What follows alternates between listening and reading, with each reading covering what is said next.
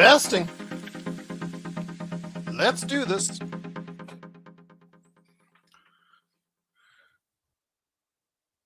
And we're back for another episode of the Lakers Fast Break Podcast. It's Gerald Glassford. Thanks so much again for joining us. It's NBA free agency, and already we've had some major news to talk about on today as far as, well, if you want to go ahead and sing na na na na, hey, goodbye, LeBron. There you go. Absolutely. LeBron James is not coming back to the Los Angeles Lakers. That's obviously the highlight of the day, but there's so much to talk about when it considers what's going on and when you consider what's happened already in the day that happens for NBA free agency. But glad to have you here.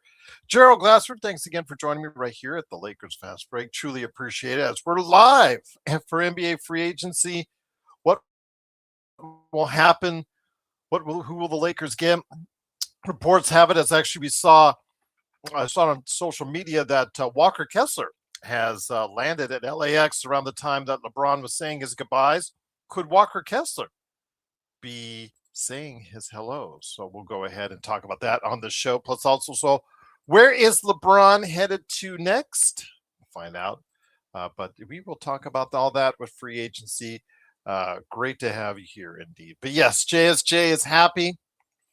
I know a lot of people will be happy. A lot of Lakers fans are happy that the LeBron era is done. Well, not entirely, because Bronny, as expected, was retained by the organization. I think that LeBron, before he made his announcement, wanted to go ahead and get that first. But here today to go ahead and discuss free agency, one of hopefully our few panelists that are coming on today, it is Caleb Ponce. Caleb, great to have you back on the show. We're for our NBA free agency special. We'll see what's going to go on. I know JSJ is already feeding into what's may go on with Sandro Mamu, basically from Toronto, possibly coming as a scoring option off the bench. Quentin Grimes, the same thing. But obviously the news of the day, and it is not Kawhi Leonard going back to Toronto for some strange reason. Okay, if he wanted to go there, I couldn't tell you why,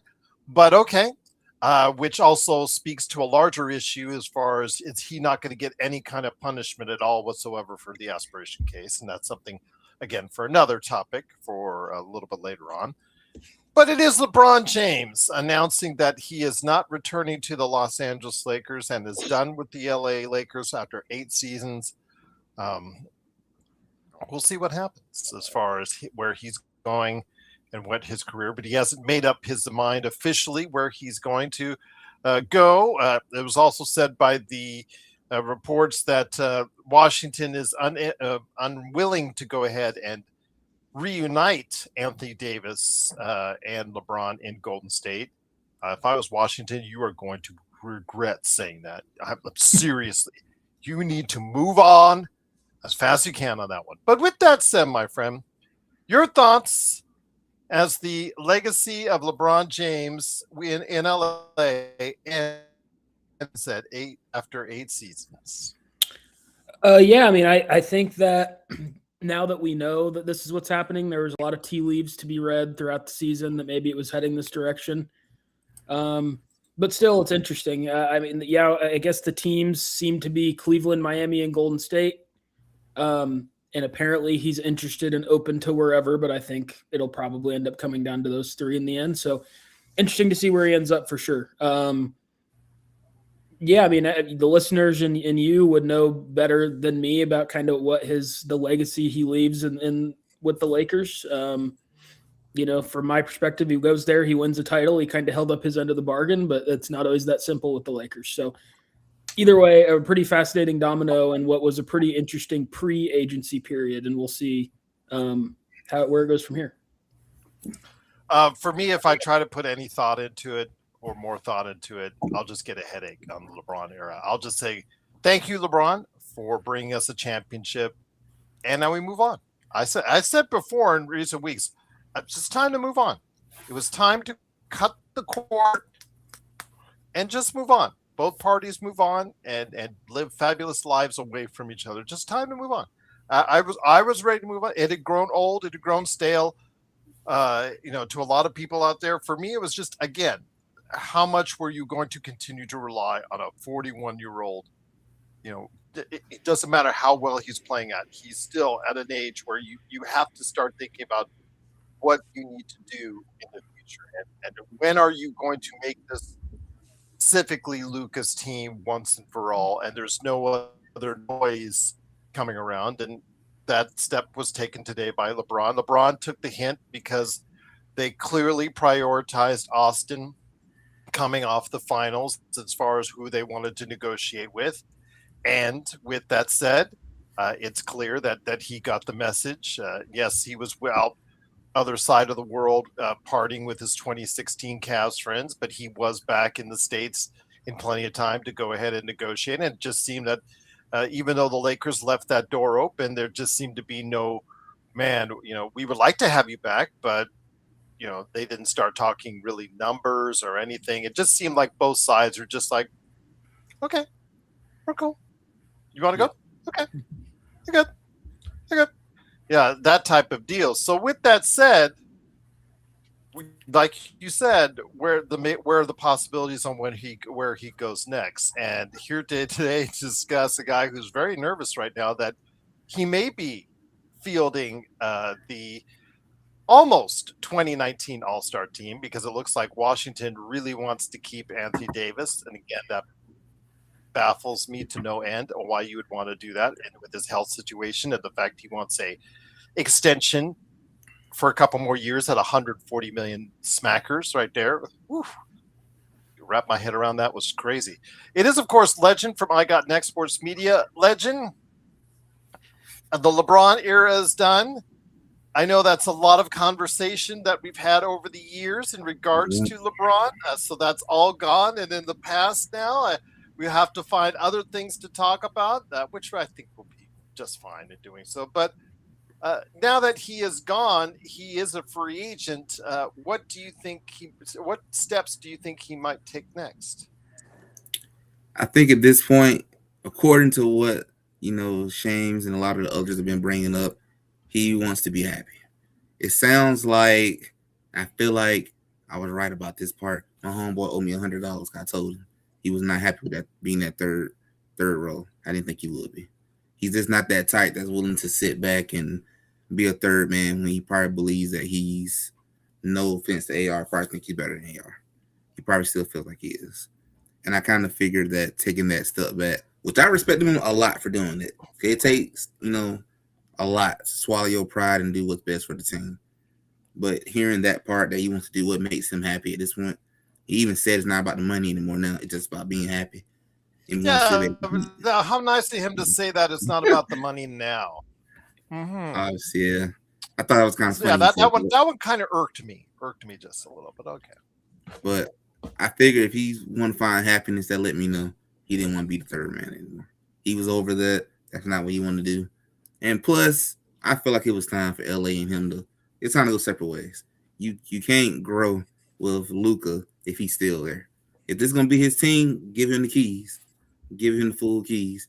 That's almost like saying you want your kid to experience being an adult, but you're gonna still keep paying his car insurance and car note and all that. Let him have it. You gotta experience it. Let him have it. And that's what you gotta do in this situation with Luka. Yeah, it's time. It was time. And the only part to me that probably irked me a lot if I was a Laker fan was the fact that he said something about, I want to be able to continue to compete. I'm like, what are you saying on that part? What are you trying to say? Because I feel like I know what you're trying to say, but like that's what you're really trying to say. So that would have probably irked me a little bit. But yeah.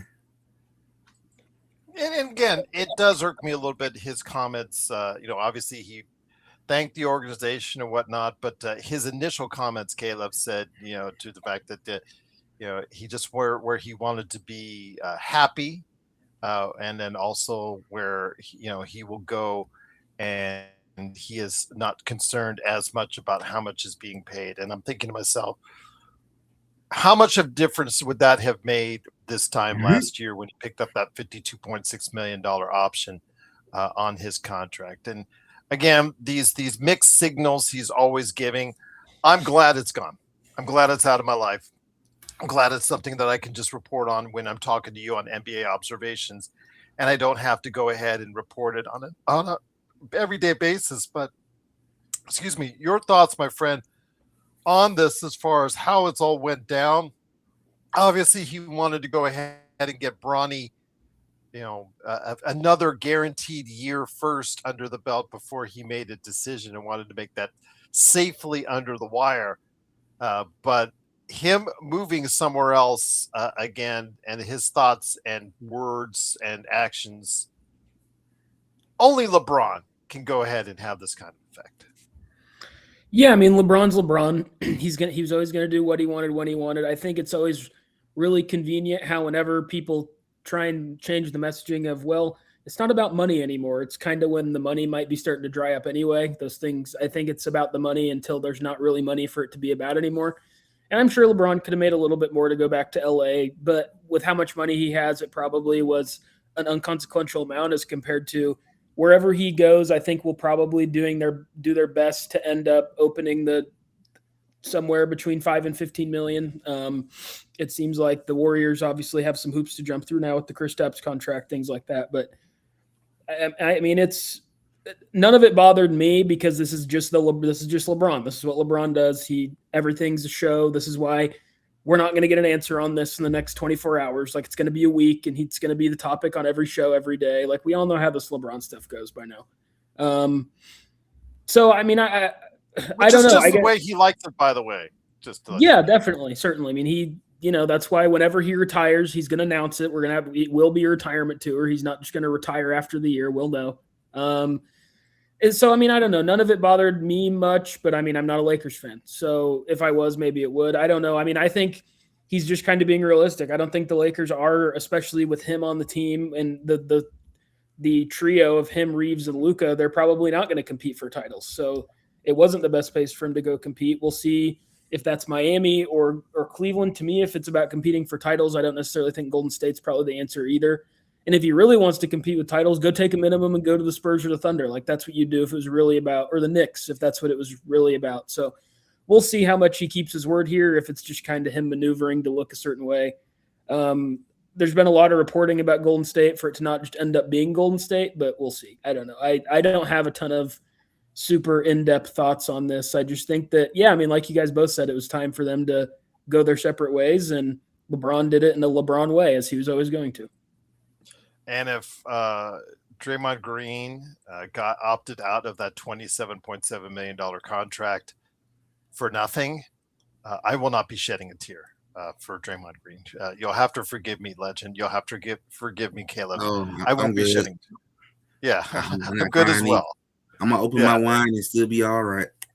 Yeah, he'll get like a 2-year deal or a 3-year deal, but for less money on a per year basis. And I'm thinking to myself, you left over. I'm assuming he's going to leave over $10 million at least on the table on this. So, That's his fault. You took a chance on LeBron coming. That's your fault. And they're both clutch. So you think he would have had more of an inside take on that? So we'll see. Better know something. He better know something. He better know something indeed.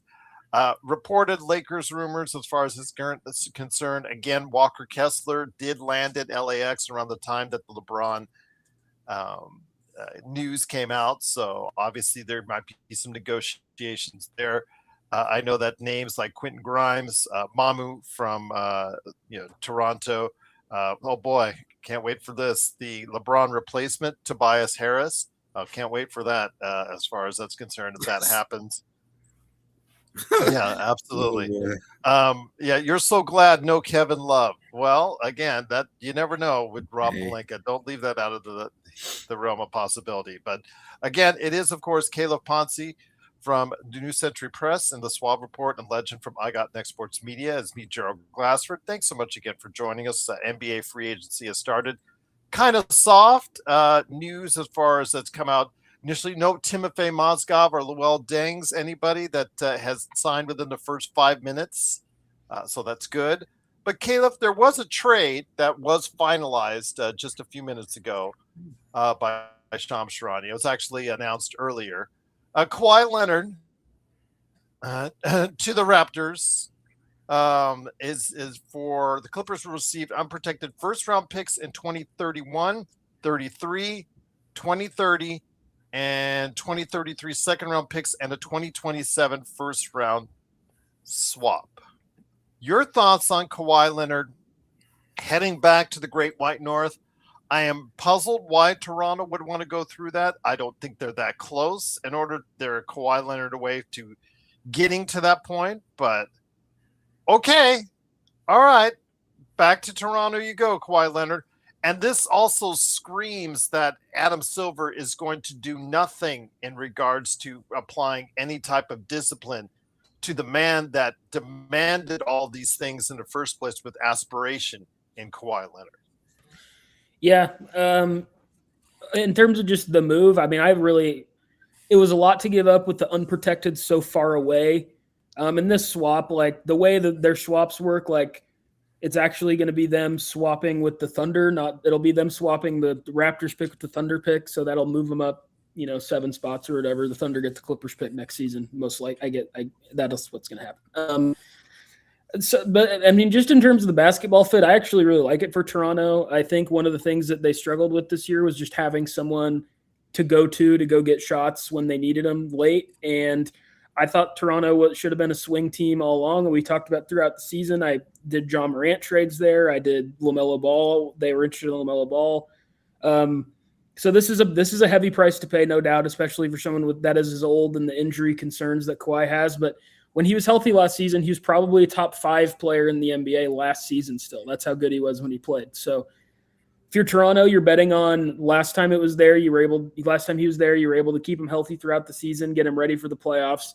Scotty Barnes is a lot better than any co-star, and I really think that this is a pretty good team. The one question I have is their centers are still kind of led by Jakob Poeltl now that Sandro Mamushvili is probably going to go to the Lakers here, it seems like. So that part is, I think, the one thing that gives me pause, but I was talking with some friends earlier today. I actually think that a Miles Turner for Jakob Poeltl problem for problem trade would make a lot of sense for the Raptor side of it. They'd have to attach some, I'm sure, because Poeltl has more years left on his deal. But personally, I think this Raptors team was interesting before they went to 7 with Cleveland in the first round, who obviously went on to make the conference finals. And we'll see with Boston. Boston's a mess right now. It's really hard to stay healthy 2 years in a row if you're New York.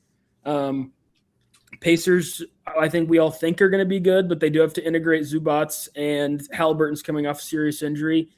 Orlando's underwhelming. We'll see what goes on with Cleveland. I just think I think all these teams taking shots in the East on these moves is not necessarily a coincidence right now. And I personally like it just in terms of the basketball fit. Now, with all the aspiration stuff, I think who knows? I think you take that gamble because the likelihood that the player was heavily punished, I think, was always pretty low. I think if there's going to be any serious punishment, it would probably be for the team, the Clippers, that gave out the contract more than the player. And honestly, like with how long it's taking, I mean, I think all of us probably can put aside those pie in the sky dreams of how harsh this penalty was going to be. I think if it was something they were really going to come down on, they probably would have done it already. So, I don't know. I think if I was Toronto, I wouldn't really worried about that either. If you lose out because of that, then I guess you kind of get screwed, but I wouldn't worry too much about it. And the basketball fit, I think, is good. And I think it's an interesting turn for the Clippers because they don't really have, unless I guess you better hope that Wagler is kind of your star. And because if not, Garland's a really nice player. Ingram's a nice player. Mathern's a nice player, but none of these guys I don't think are going to lead you to many wins in the Western Conference, and they still don't have control of their picks for a while. So interesting stuff from the Clippers. It certainly was a good move for my Thunder, who still have the Clippers pick next year. Fortunately for everybody else in a week draft, because I think the Clippers roster projects they have the swap rights. You mean swap? Yes, they have the swap rights. Because I think that this roster forecast to be right in that kind of whatever it is 4 to 8 jump zone. And so, I mean, it's an interesting move for both teams, but I seem to like it a lot more than you do for Toronto because I really do understand the basketball side of it, even if I think they probably gave up a little too much with the picks. Yes, that's why I'm concerned. And plus the fact is, I mean, yes, he had his best season ever, Caleb, but a 35-year-old with a history injuries that he has. And where is it going to take you? Are you a Kawhi Leonard away from being the next New York Knicks, just coming out of, that entity coming from a playoff team into a championship level team? I just don't see it. I just don't see it in Toronto as of yet. And I just, that's the thing I come across or come away with, is that you gave up a lot of assets in order to be better right now, but better so much that you think you're in the top 4 and with a chance to move on to the NBA Finals. And I just don't see that with Toronto. They clearly believe really a lot in Colin Murray-Boyles and what he can become, and he was really promising as a rookie. I think we could very reasonably see a jump with him. And quickly was hurt. I mean, they weren't healthy in that series that still went 7 with an eventual Eastern Conference runner-up. So I think Toronto is a pretty good team who still has room to grow with how young Scotty Barnes still is, how young Quickly still is, how young Murray-Boyles is. I think RJ Barrett really settled in last season and became a better player and what he is going to need to be on this team, which is more of that 3-and-D. He's better defensively than he has been in past seasons last year.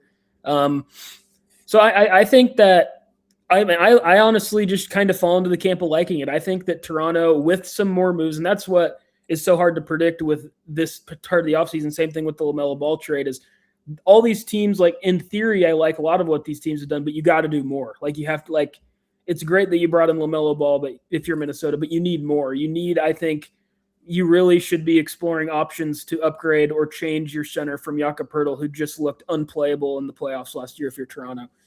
And if they can do that and bring in a quality rim protector or a spacer or however they want to do it, I mean, I'm not the biggest Emmanuel Quickly fan at the point guard either, but he's clearly a capable player. And I think that their lineups that have Shed in at point guard, I think they can possibly be elite defensively, because Kawhi, that was what was crazy about last year with Kawhi, is he was obviously so good offensively as he always is, but he really turned back the clock and looked really good defensively at times during the season. And so if he can lock that in when it matters, you know what Scotty Barnes is going to bring there. Jamal Shed is undersized, but he's feisty and he's going to be able to be pretty good at the point of attack. And then if it's not a series for Barrett, Murray-Boyles is going to be borderline a really awesome defensive player in the league for a really long time. So I think they project to be a really good defensive team if they can get that one more, because I just don't think Poeltl's going to be playable anymore in high leverage situations. And it's tough for them because he's not even, his like terrible contract they gave him hasn't even kicked in yet. So that's really how, if you're going to really go for it, which obviously I think you need to, if you trade this much for Kawhi Leonard, you're going to have to double down and attach assets to get off of him as well. And that's why I think a Miles Turner thing could make sense, because both teams are just going to be dying to get off of those contracts. And maybe one likes the fit. They want to, who knows? I just think that makes sense. Definitely for Toronto. Maybe Milwaukee doesn't want anything to do with it. I wouldn't blame them. But I think that Toronto can be a dangerous team in the East next season, because it's a lot of question marks, and it's the biggest question mark. I mean, we've seen through these years, like even teams as young as OKC, Boston, like these teams can't even stay healthy 2 years in a row with these deep playoff runs. So it's going to be hard for a team like New York that's had so many players that are a little older than that in that Thibodeau era, got put through so many minutes. So I think the East, we're probably going to get an unpredictable result next season out of the East as compared to the West, where these teams are jockeying for position, but I think the two teams that it's probably going to come down to.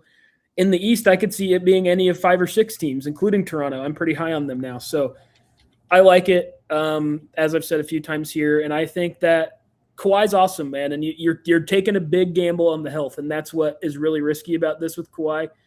But if he stays healthy, and that's clearly the bet from Toronto, you're a really good team now, and I think that you still kept enough young pieces with Barrett and Scotty and CMB to be a really interesting team, even through that period where they traded those picks unprotected.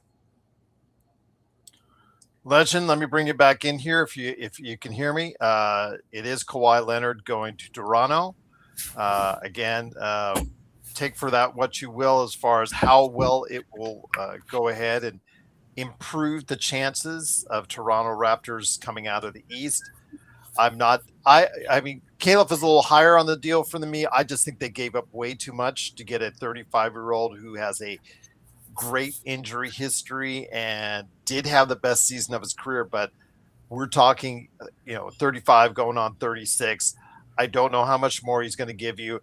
And I don't think, I don't know how much closer to the top this truly makes Toronto. I will say I'm kind of up in your camp as well, Gerald. I do see exactly what Caleb is seeing with Toronto. They do make them a lot better, no doubt. They're tremendously better already just doing this move, getting Kawhi Leonard to Toronto. My only thing about the trade was, you gave a lot. You gave a good bit of talent. And that's the part I'm like that could end up hurting you. If you were able to keep some of that talent, maybe not give up. I know you got to give up something, but keep some of it, I would feel a little bit better about it. And then I also wonder, you got your young up and coming star. Will this affect his growth? Will these two be able to manage together? And then the very last part I worry about the most is the health part. He's 35 years old. You have a lot of injuries. You're going to really have to load manage him pretty heavily to make sure that he's ready to go in the playoff. Good thing is, as I always love to say, the East playoff are much easier than the West. Much easier. Your path to get out is much greater on that side of the NBA. But you need Kawhi Leonard to be healthy, though. If he's not healthy, you're going to probably lose in the first round. If he's healthy, you got a chance he can probably get out the East. You got a good shot. So it's not a horrible trade. It just, you gave up a good bit. And at this point, you need two things to go your way. You need the health to go your way, and you need to retool just a little bit on this roster. Then I think you got a legitimate shot to make a run. To me, the only two teams to worry about, New York, I'm going to put a question mark by Boston because I have no idea what's going to happen with them. Miami, I think that's a year away because they missing a lot. Miami, just entire depth just gone. They're going to have to rebuild that depth.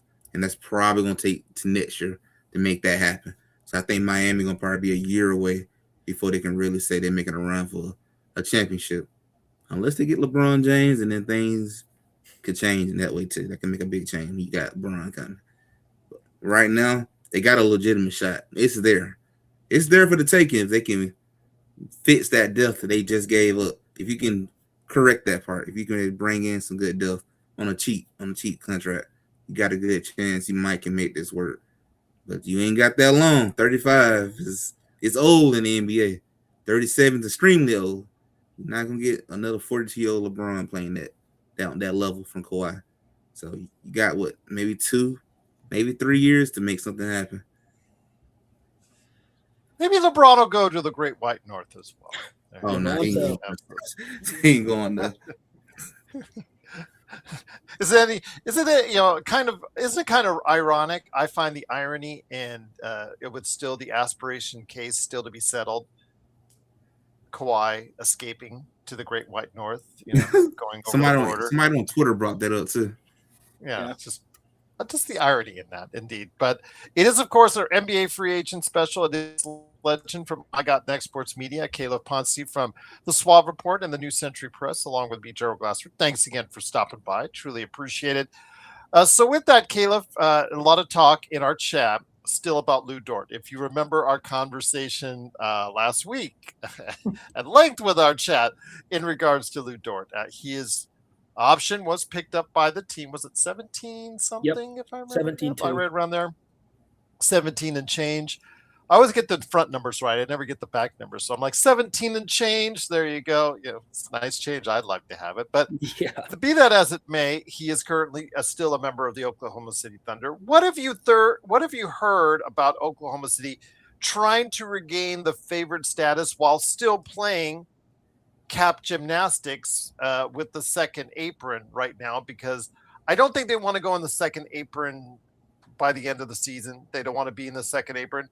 I think they want to wait for that to happen in following years when they really can't avoid it. If they want to maintain their high level, they can still do some cap gymnastics now and try and avoid it. And at least that would save them off for another year on that. But what is going on in Oklahoma City? What are you hearing from the ground right now? Nothing ever really gets out of OKC, so it's pretty hard to say for sure. But just taking actions over words, which I think is always smart to do with how NBA teams operate. It's clear in trading Wiggins, trading Joe for probably less than they could have at past dates with just a pair of second-round picks for both, that OKC is motivated to get under the second apron this offseason because the penalties of being in it for 2 years in a row or 2 out of 3 years or whatever are all incredibly restrictive, and they're going to want to kick those down the can kick that can down the road as long as they can. So while they did pick up Dort, I think that's because heading into the offseason after the rough season he had, I don't think a lot of people from the outside knew if he would have any trade value, especially with he's very unliked in general by the average fan, all things like that. I just don't think that people necessarily thought he would have trade value. And I think the Thunder probably scoured the league and realized, people want to trade stuff for him. And right before we got on, I was watching Jake Fisher and Mark Stein's free agency live that they were doing. And Jake Fisher said that he thinks that teams are still trying to pull Dort loose from OKC. So if I had to guess, I'd say Dort is still traded just because that gives if they trade Dort into nothing but space, which I think the two most likely destinations for Dort would be the Lakers. And then Charlotte is the other one that I think they just logically looking at holes for both teams. Both those teams have very offensively gifted players who maybe struggle on the other end of the floor, and they need guys who can come in and take that role. So I think both of those make sense. And both of those, if they wanted to, could just take Dort right into space and not have to send anything back to OKC, which I think that's what OKC has done with both Joe and Wiggins. So I think would be their preferred destination or their preferred outcome there is trading him somewhere just straight into space. It's interesting that there seems to be multiple people who are going to want him because that means the price isn't going to be super minimal like it was with Joe and Wiggins. Clearly people in the NBA still value what Dort does, even if some of the people in the chat last week aren't his biggest fans anymore. And he's a generally, not super well-liked guy on the internet. The NBA clearly values what this guy can do. And so I would say, just again, following actions over words, I think Dort will be traded by OKC, but they have all the time in the world. I just think it'll be probably before training camp that they trade him. And we'll see if free agency goes poorly for the Lakers and they spend too much time wrapped up in trying to get one of these restricted free agents. By the time they don't, their options to come in and be those wing guard defenders are gone. I think that we could see a team like the Lakers maybe get desperate to bring in some defensive players, and that's when Dort goes for maybe some heavily protected future first-round pick in Dalton Connect, something like that, just to get off money and give OKC back a guy who does not fit what they do, but he's at least a young flyer. So I still think, just logically speaking, the Lakers make a ton of sense for Dort. But I would also watch Charlotte. I think that Charlotte makes a ton of sense for Dort too. So those two teams would be my guesses if I had to just guess off the top of my head. No intel where he would go, but OKC's buttoned up. You're not seeing stuff leak. When he gets traded, it'll probably just kind of come out of left field. So I still think he probably is – his days are probably numbered in OKC just for financial reasons. And my guess is why it took up to the last second is because OKC wants Dort back, and they were trying to get him, hey, can you just take this pay cut? And again, as I've said a few times on here, he hired a new agent at midseason. You don't bring in Rich Paul and Clutch if you want to take a pay cut. That's not the course of action. So he's going to want to get his payday here, and I think it's probably going to come long-term somewhere outside Oklahoma City. Just to let you guys know, yes, Joe did receive an invite. I don't know if he's coming on or not. He said he would try to make it. I know he was on for an hour earlier today upon hearing the news. No, he did not do cartwheels on the show, but he was very happy and pleased on his live show with LeBron leaving and him very happy on that show as far as the Joe Sorrell experiment is concerned. Yes, right now, Walker Kessler is in the midst of meetings right now with what's going on with the Lakers, and the Lakers are one of them. Jalen Duren, I believe, also has a call set up with the Lakers, among other teams, including the Sacramento Kings. With that said, it's getting interesting, Legend, as far as what your teams are looking at and what my team is looking at and what Caleb's teams is looking at as far as financially and still maybe trying to think they need a piece or two or something to go ahead and seeing how they can shape the team going forward. But While my Lakers still have a lot of work to do, what's going on with what you're hearing from Golden State and Atlanta?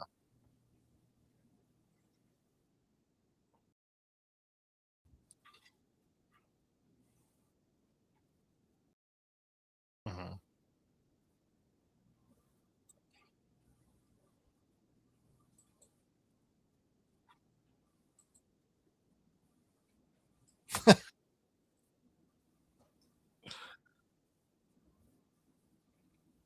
It looks like it. They really want him.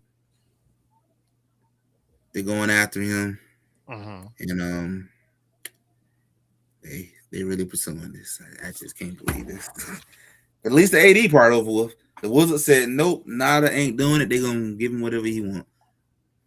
Go for it. That's their problem on that part. But it look like Golden State really want to go after Brown. That's what it looks like. They're really trying to make a run at it. You know, I already brought Porzingis back. You brought Al Horford back, and it looks like it's a possibility might really happen. It's the fact that Draymond opted out. That's the part that make me wonder.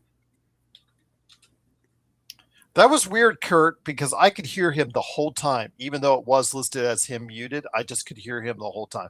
I don't know what's going on with that, but again, Legend had said that obviously things are up in a little bit of disarray with Golden State trying to add on that team. We saw Draymond Green opting out of the final year of his contract. Caleb, when you look at that situation as a Western Conference rival, what are you looking at as far as concerned? I had joked last night about if they had actually pulled off bringing in LeBron and AD combo there, that assembling the 2019 All-Star team probably wouldn't work in 2026. With that said, it does not look like that Washington is willing to unload Anthony Davis as of now. Keywords as of now. I think when you and I and Legend and I will be doing shows later on this season, I think they'll be reevaluating that, especially if he wants a fat Right. 140 million for 2 years as far as extension, like cherry on the top of a Sunday. But your thoughts, my friend, on how you see building around Steph Curry at this point in time? I mean, I think you've got to do it this way. Like you have a guy as good as Steph Curry, a franchise icon who stayed there the whole time. You have to try and build around him. You just do. And if you can get LeBron James on that team, you get LeBron James on the team. There's no question. We'll see with this Washington thing. My gut would be obviously to follow the reporting. He's just going to stay with the Wizards. But I think the Wizards also know they kind of might have the Warriors number here, and they might say, okay, well, I guess if LeBron's not going to come, if you don't get him, you got it. So it wouldn't surprise me at all if it ended up that this is just all leverage play by Washington to get every ounce they can out of AD. That's a smart front office who has done things really other than the inexplicable Trae Young contract. I think been a pretty smart front office ever since this group has come in. So it would not surprise me at all if they're just trying to kind of hold Golden State hostage there. But I mean, with Golden State, I don't think there's a pathway for Golden State to compete with the Thunders, with the Spurs of the world. I just don't think it's possible. I don't think it's really possible for much anybody, to be honest. I don't think that's a Golden State specific issue. I mean, there can be teams who try, like I'm sure we'll get into. Portland is doing something to try to become interesting and more talented. The Clippers are kind of quietly, despite not having their own picks, maybe going the other way. Utah is really talented and young, and I think Utah is one of the only teams that even has the long-term potential currently on roster to be there. But so, I mean, with the Curry, it's just what you got to do. You can't be irrelevant with Steph Curry, but you're never going to be good enough to win again. And the fact they even won in 22 is like insane. Like that team was not good enough to win a championship, and then it won a championship because Andrew Wiggins was awesome for a playoff run, and they got one more than they probably got what they should have in the long run, because 2016 they probably got in their over under the amount of rings they should have had. But now, I mean, this isn't a team that's going to compete for titles anytime soon. But bringing in LeBron, having LeBron, Curry, Draymond, whatever else you do, that makes you interesting. It makes you more fun. You're going to be a hot ticket. You're going to sell out your arena. things like that I'm sure owners, it's not lost on the owners with all the money they've spent in taxes these last few years. So it's interesting. I mean, logic tells me that LeBron's going to go there just because, Draymond opts out. Why does he do that if he doesn't know? The rumors, all this, but something in my gut is just telling me, if what's coming out to the media is true, that he is focused on competing for championships, Golden State's just not the place. And I think if it's of the teams we think, Miami and Cleveland both are more in that camp just by virtue of being in the East than the Warriors are. So we'll see what happens. But I think that I don't know. It's an interesting play that you have to do it. You just have to if you're Golden State. There's no way around it. If LeBron James wants to come to your team for a bazillion reasons, unless you're truly at the top of the league already competing for titles, you just have to. So I don't know. I respect that they are still trying to build around their guy.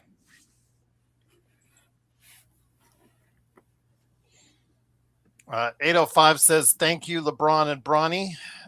Bronny's still here, 805 on the Lakers. That's the problem. You said you're going to pay him his money. He made sure that, he made sure before he made that announcement that Bronny was his next year was picked up by the Lakers. So, that's something indeed. But it'd be interesting to see if the Lakers trade him. And how soon they trade him, if that's the case. We'll wait and see. But Legend, bringing it back to you as far as what's going down in the league. Not much right now, a lot of negotiating. It's interesting because either the stuff happens right away or it gets drawn out a little bit. And right now there's been a few deals that have been put into place, but nothing remarkable. Tim Hardaway Jr. to Miami, Osman Dieng re-signing. Kobe Sanders has agreed to a new 4-year deal to return to the Clippers. So they said, we've got our Kawhi Leonard replacement right here in Kobe Sanders. Make of that what you will. But of course, again, right now it's still a lot of re-signing your own guys, but not really going out and being able to sign other players as of yet, because a lot of these players, the ones that are UFAs that are looking for new deals, better deals in different places, they seem to have a lot of choices right now. We've seen before where in previous years, everything gets snapped up right away. And if you're out like 3 or 4 days in, you're run out of places on where you can sign as far as that's concerned. So right now, there still seems to be a bevy of places you can sign if you're a free agent right now. Yeah, it's really going to affect, exactly who signed where. And it looks like a lot of teams are still trying to figure out their cap situation too. And looking like that Kessler Walker situation is going to get more and more interesting too, based on what the chat's saying. They're thinking Utah going to try to match it. It's going to be interesting then. Okay. And he's in LA right now, right? The recent report is that he's in LA. Is that he has getting offers in the mid to high 30s. I just don't see that. I just don't get this Walker Kessler thing personally. I just don't. He's good. He's a good player. Like, you're going to pay Walker Kessler like $37 million a year. That seems stupid to me. Well, we said it had to be an overpay. It has to be an overpay on what you pay him to get him, or to get Utah not to sign on the dotted line.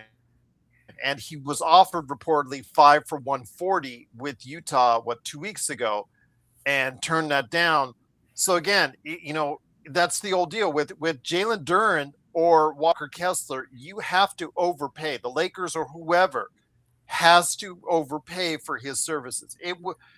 Him playing up to the deal right away, that's going to be a tall ask for either one of those guys to do that. But in order for Detroit or Utah to retain or say, you know what, we're good, have a nice day, it's going to have to be an overpay at this point. Those two guys, Caleb and Legend, will be paid more than what their value is right now, in my opinion. Yeah, Legend? I definitely think they're going to be overpaid. It's probably the only way you will probably get them from Utah is to pay some crazy amount that even they will be like, no way, that's all you. So it's, to me, I think he's a really good player. But I'm about like what Caleb was about to say. I don't think he's worth all that. Like, he's good, but I mean, No, kind of hyping him up a little more than what he really is, because Well, it's not just about hype; it's just about sheer economics. Is where's Utah and Detroit? How far are they going to go in retaining his services? And what is the breaking point in allowing them, either of those two, to move on? And if that's the case, it's still, as we've seen, it's going to be pretty high, Caleb, and it's probably going to be much more than what their value is currently right now. Yeah, I just think, with me and Duren, I think Duren was awful in the playoffs. We all watched, we all know. Duren was so good last regular season, and even when Kit Cunningham went out, he carried them through that stretch, and it was a really productive player. So I just think his could be – I'd be way more willing if I was the Lakers or any of these cap space teams to say, I'm going to throw max at Jalen Duren, and the Pistons will match it because they have to, but I'm going to throw it at Jalen Duren way more than Walker Kessler, who we haven't even seen in high leverage games. Like, at least, like, you can say Jalen Duren's at least been in those games, and maybe his performance in that is, I think, way over-correcting his market. But we've at least seen him in those spots. Walker Kessler's never been in big spots, and he can't stay healthy. And I've consistently thought the talk around Walker Kessler has been somewhat outlandish. Like, I just think that this is a player who is very limited offensively. He's a dunker, which is fine. And with Luka, you need that, right? You don't need – that's what – I was talking to someone who asked me, like, if you could draw up a perfect center with Luka, who would it be? And honestly, as I was trying to run through everybody who – I don't think it's Jokic. I don't think it's like, I think Jalen Duren a guy like Jalen Duren, who's this hyper athletic rim runner, the lob threat. Because I mean, when they played OKC in the second round 2 years ago, sorry to bring up OKC again, everybody, like OKC had their good defense, and he would just throw these perfect lobs. And Derek Lively people were saying he was better than Chet Holmgren because of how easy he was getting fed by Luka Doncic. So I would be all over it if it was Duren. Kessler, I just think he's an injury risk. If this reporting is true and he's getting offers in the mid to high 30s, say you have to pay him right in the middle of those, say you have to pay him $37 million a year. Like, I don't think that there can be the mass outrage that there was, at least in here, about like how much you paid Reeves at $48 million a year, and then want to turn around and pay Walker Kessler 37. Like, Austin Reeves, before he got hurt last season, was a top 5, top 10 per game scorer in the NBA. He would have been an all-star. He's put on display awesome high-level play in the NBA. He was the Lakers' best player in their elimination game against OKC, the closest they were to winning in that series. So I'm not on the defensive end. No, he sucks at defense, and that's fine. And Walker Kessler sucks at offense. Like, I think these guys have their problems. Like, Walker Kessler is a bad offensive player. He can get rebounds and he can dunk, and maybe that's all you need. And that's the reason why I wouldn't give him 4 for 185, Caleb, because again, you're not going to be that far off at this rate with Walker Kessler. Like, it's not going to be that. I mean, it's instead of 4 for 185, it's going to be 4 for 160. And at least we've seen Austin Reeves can have 50-point, 40-point games. So I just think that if you're the Lakers specifically, now if you're another team, if you're the Bulls, if you're the Nets, if you're one of these other cap space teams who maybe the pressure cooker isn't on yet, fine. Okay, like I get it. He's an upside shot. Maybe you do a structure that we've seen in the past with some teams where it's a shorter deal, but you give him a super high number over like 3 years instead of 4 with a team option on the end, but he just takes all the money. Something like that if you're one of those teams. But if you're the Lakers, like, there's too much riding on your cap and how you spend your cap space.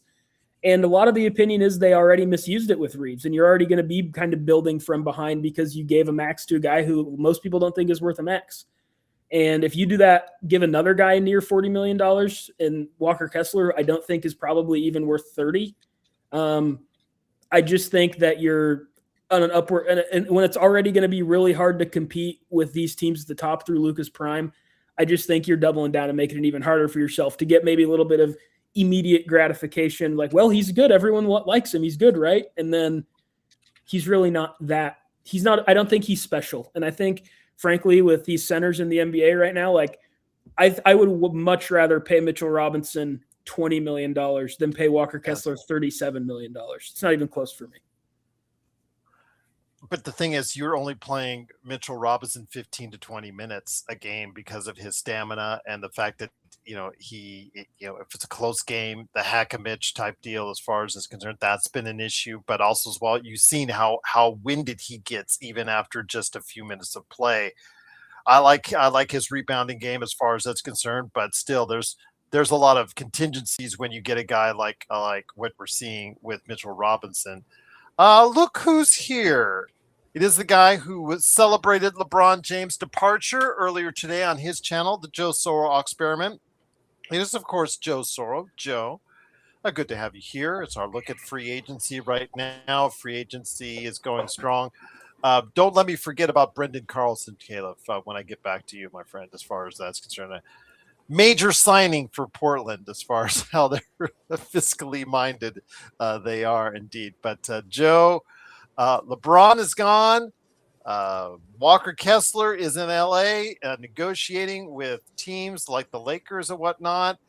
Rob Pelinka, I was going to go ahead and bring it to legend on that, but Rob Pelinka has to be feeling the heat as far as, no pun intended, with Miami in regards to doing something sooner rather than later. I know you are on a 2027 time frame, but maybe Rob Pelinka is not on the same time frame as well. There's been debate on what's really going on behind the scenes. I've been talking to some of my friends that are Laker fans and have different views on what's really going on. Looking at the current setup, it's hard to say that you're going to be able to make a dent this offseason because you can't. The Kesslers and the Durans are under team control with their restricted free agency.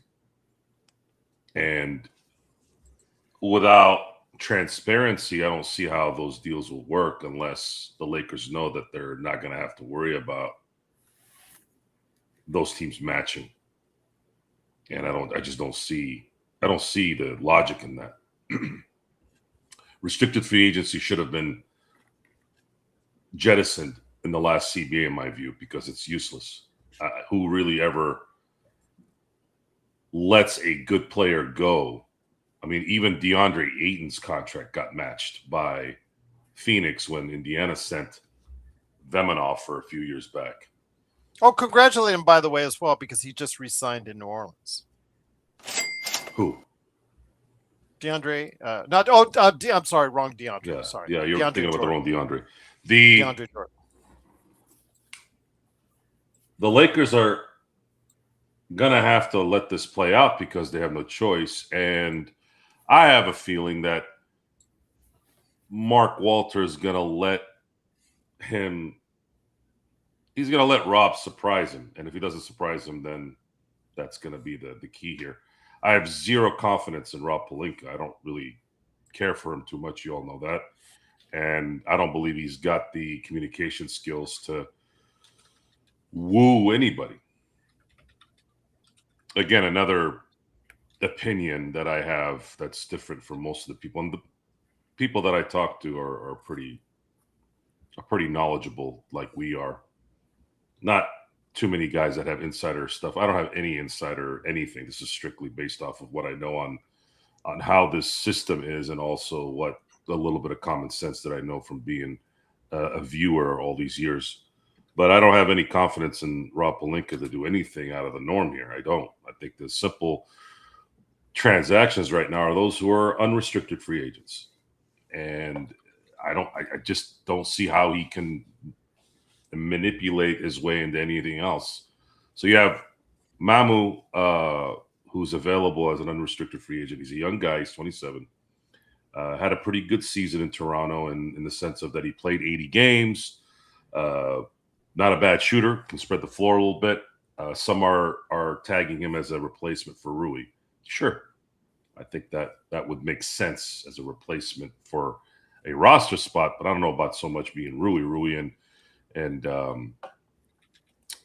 Mamu are not really the same player, not in the least.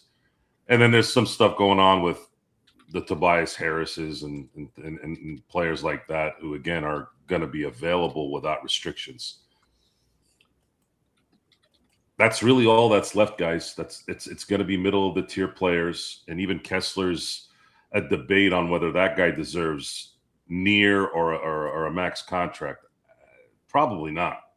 But I didn't think Austin Reeves was a max player, and he got max money because of timing and control. That's it. A lot of times the timing helps more in getting more money than anything else. So I'm going to hold. I'm not expecting anything big.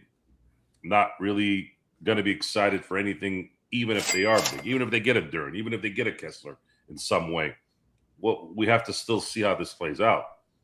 And that's not going to be for about, 4 or 5 months, maybe longer. But the LeBron thing needed to happen. And I was 50-50 until today. And maybe it was because the decision was made. The decision was made allegedly by LeBron, which is complete and utter horseshit. This was a decision made by Mark Walter likely a year ago. And LeBron knows this. His little pipsqueak agent knows that, and all his other minions. And it's not to disrespect LeBron. It's just the way it's got to be now. You're not winning with LeBron James. This is about winning. It's not about legacy and all that horse shit that everybody keeps talking about on Twitter or X or whatever the stupid ass basement dwellers are doing outside anything. This is about winning championships. Lakers are about winning championships. They're not about legacy. If they say they're about legacy, if Jeannie's going on her little diatribe and a little soapbox about how great things were, even Magic came out and had to give us his Captain Obvious paragraph of appreciation that he didn't even write probably. And I'm like, okay, great. All right, all the pleasantries are done. Can we get back to business now and make sure that the Lakers are contending for a title, not contending for legacy? Who gives a shit about legacy? That's an individual's player's thing. You want to know what I'm about as a fan of the Lakers? I'm about banners in the rafters. And the Lakers are one behind the green turds right now. And that's the only thing I'm thinking about. And they're in turmoil right now. So you better take advantage of this the next year or two. And a lot of it, unfortunately, is going to have to be getting rid of the trash. And while LeBron wasn't trash, it needed to still get out.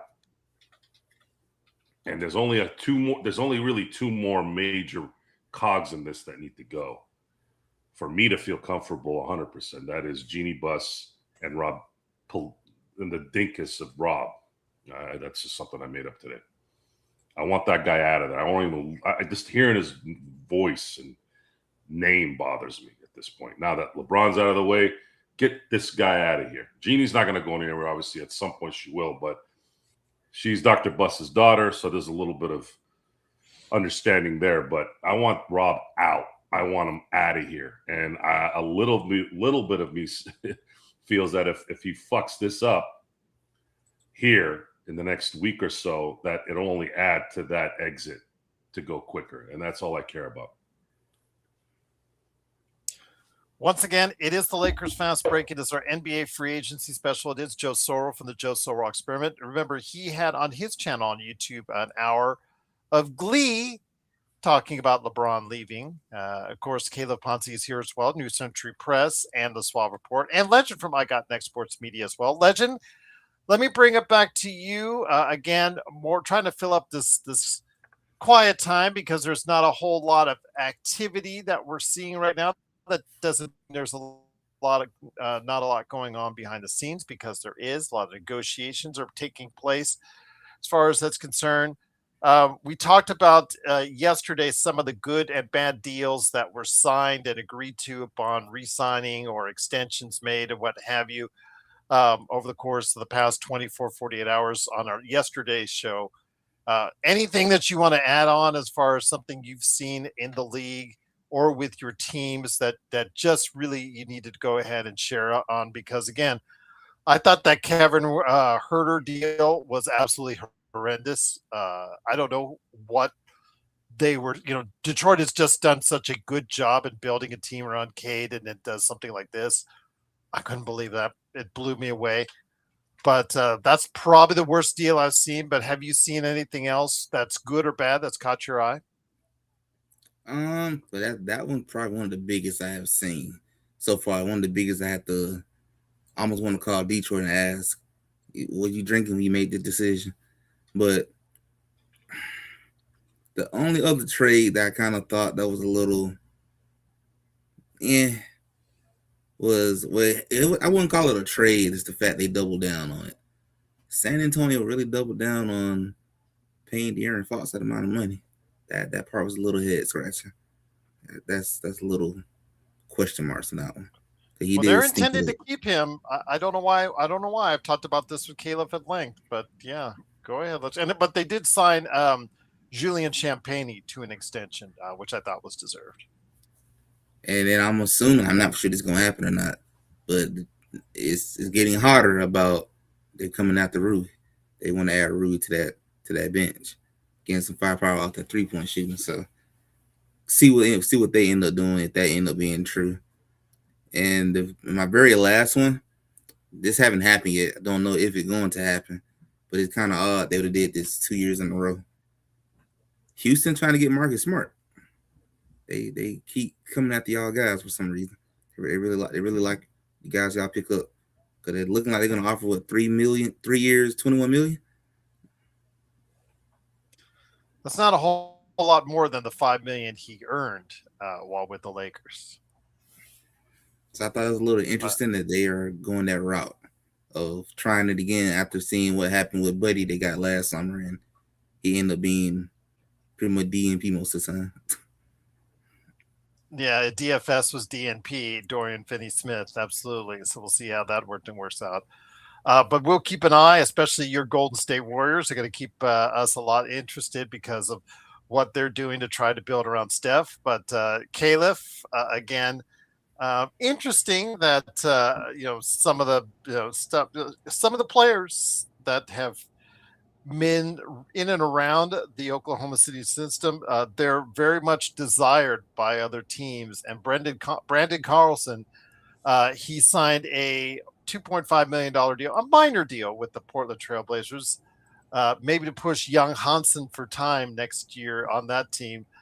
Your thoughts, kid that you didn't speak much of, not to say he doesn't have some development possibilities, but your thoughts on him deciding he wants to branch out. Obviously, the door seemed to be closed in OKC, but it seems to be now open in Portland.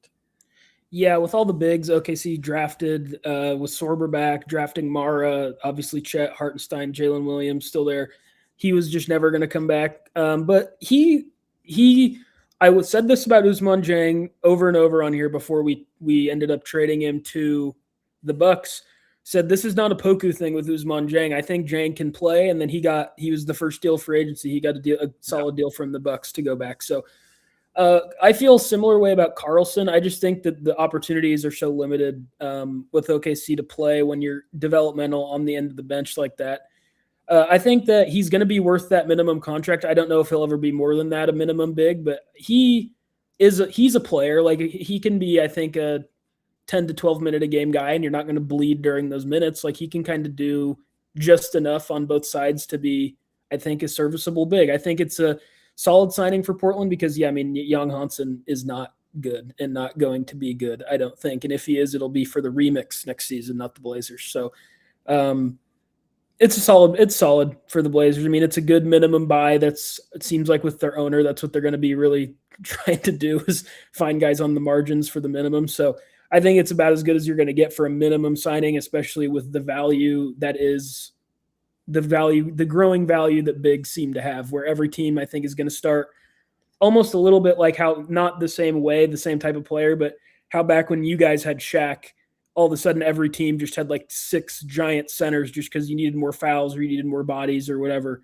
I think Wemby, in a very different way, obviously, than Shaq, is going to have a similar thing where it's just, teams are just going to want to be big and be able to have bodies to rebound, bodies to bang them around, things like that. So I think we're probably going to see a lot more of these centers take up the end of rosters. And I think Carlson's a solid get for Portland for the minimum, truly.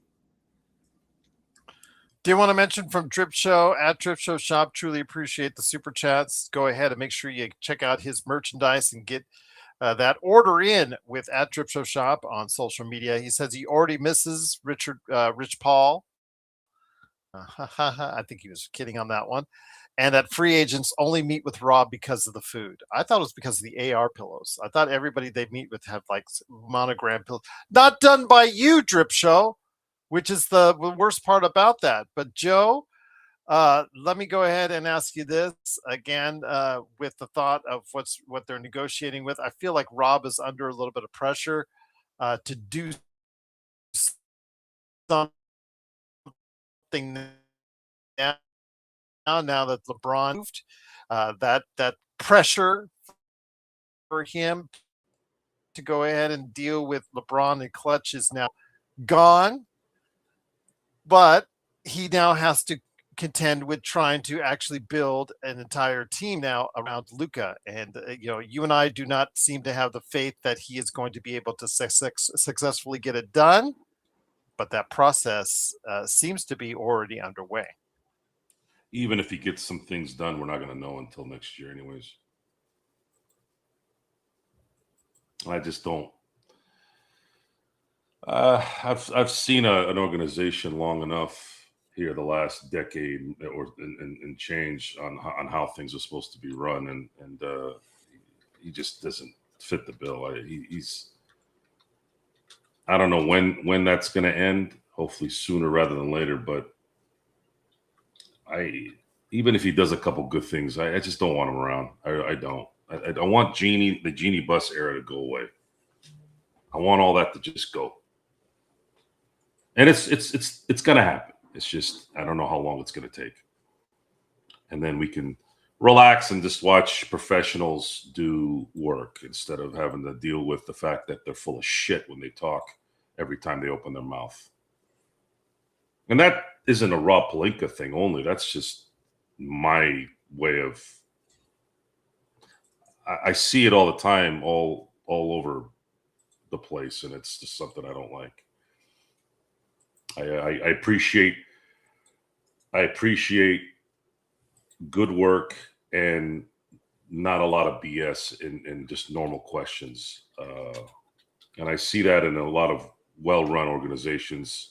And then you don't see it in shitty run organizations. Although I will say this, James Dolan is still a douchebag in New York, even though they've won. I mean, that guy didn't wait 5 minutes before he was already yapping about we'll never, ever be near the second apron after just winning a championship for the first time in 53 seasons.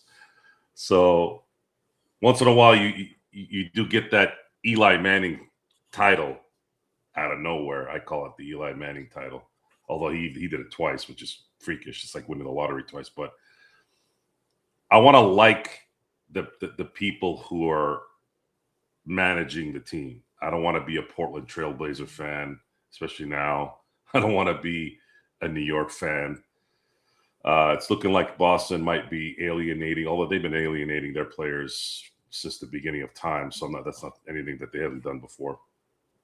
But I want to go back to loving the management and all that. And for the record, I actually never disliked Mitch Kupchak during his time. I know there was a lot of fireworks behind him. I know Kobe wasn't too happy with him before they got Pau Gasol, but I felt that Mitch Kupchak got a raw deal out of a lot of those things. I think he made some amazing. I think it started to fade on the way out. The Luol Deng. Well, I don't think it was a coincidence that the dipshit son that was running things wasn't helping either. I just don't think. I don't just go with. Being a Dodger fan right now, the second the Dodgers lose a game, you get all the dipshit Dodger fans yapping about, oh, DFA this guy. Like, just shut up.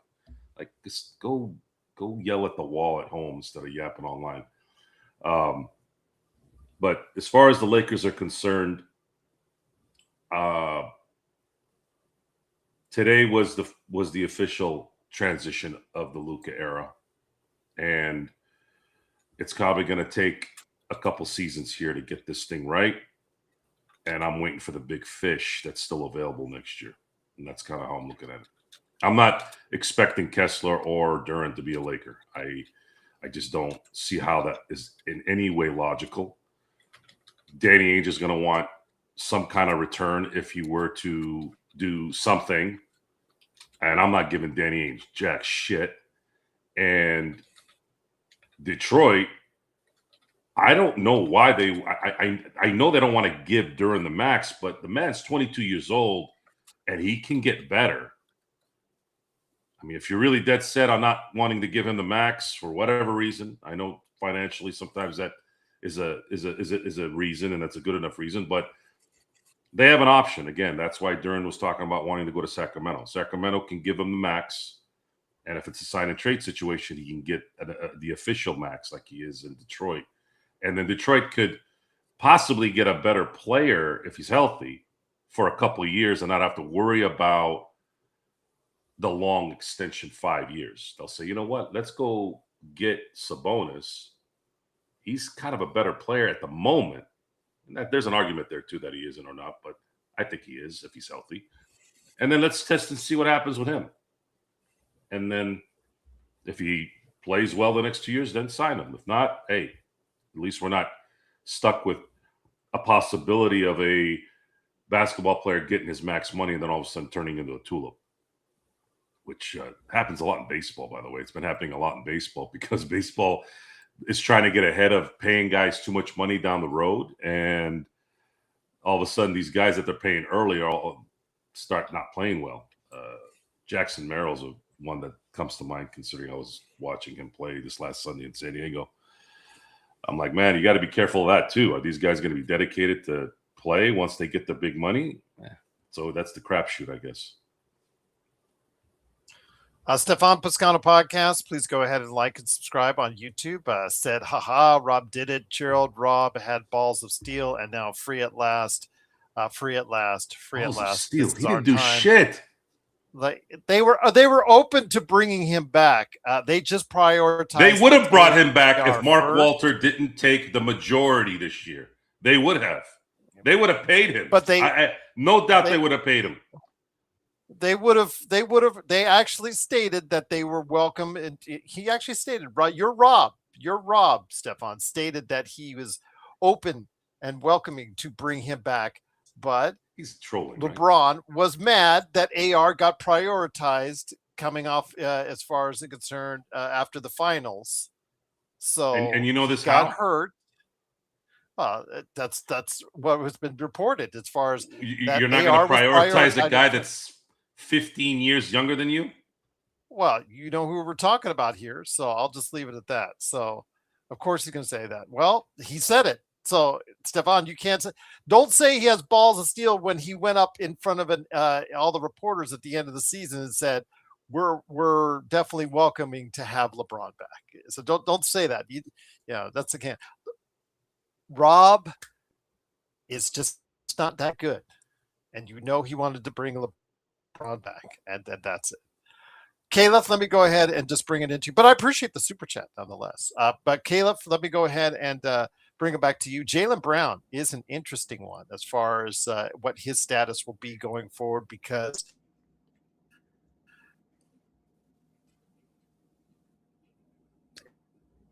I mean, there's a bridge. I don't know if it's burnt, but it's on fire, my friend, in Boston.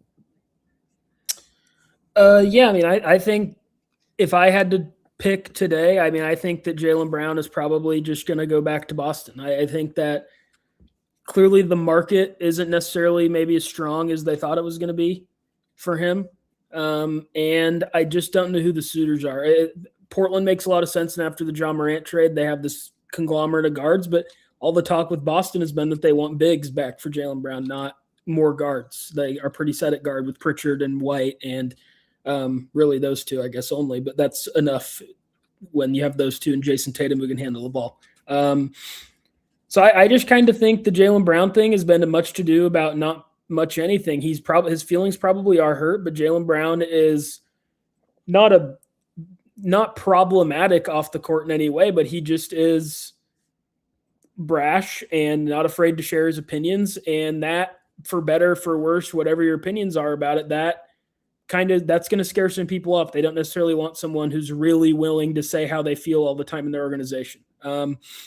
So I just think the Browns are going to be back. Unless it's Portland, I don't know what the other team is. And so if it's one destination or none, I just don't think that it's a move is usually very likely. So for me, I'll just say that Jaylen Brown starts the season in Boston. Maybe the relationship's a little chilly, but I think it'll be fine in the long term, and he'll just probably stay on the Celtics. You're right, Stefan. We should not be disrespecting him on the way out the door. You're right. We should not be disrespecting Rob Pelinka on his way out the door. I couldn't agree with you more on that. Can't wait till that happens. Though, disrespecting or not, but can't wait till that happens. But Legend, let me get it back to you.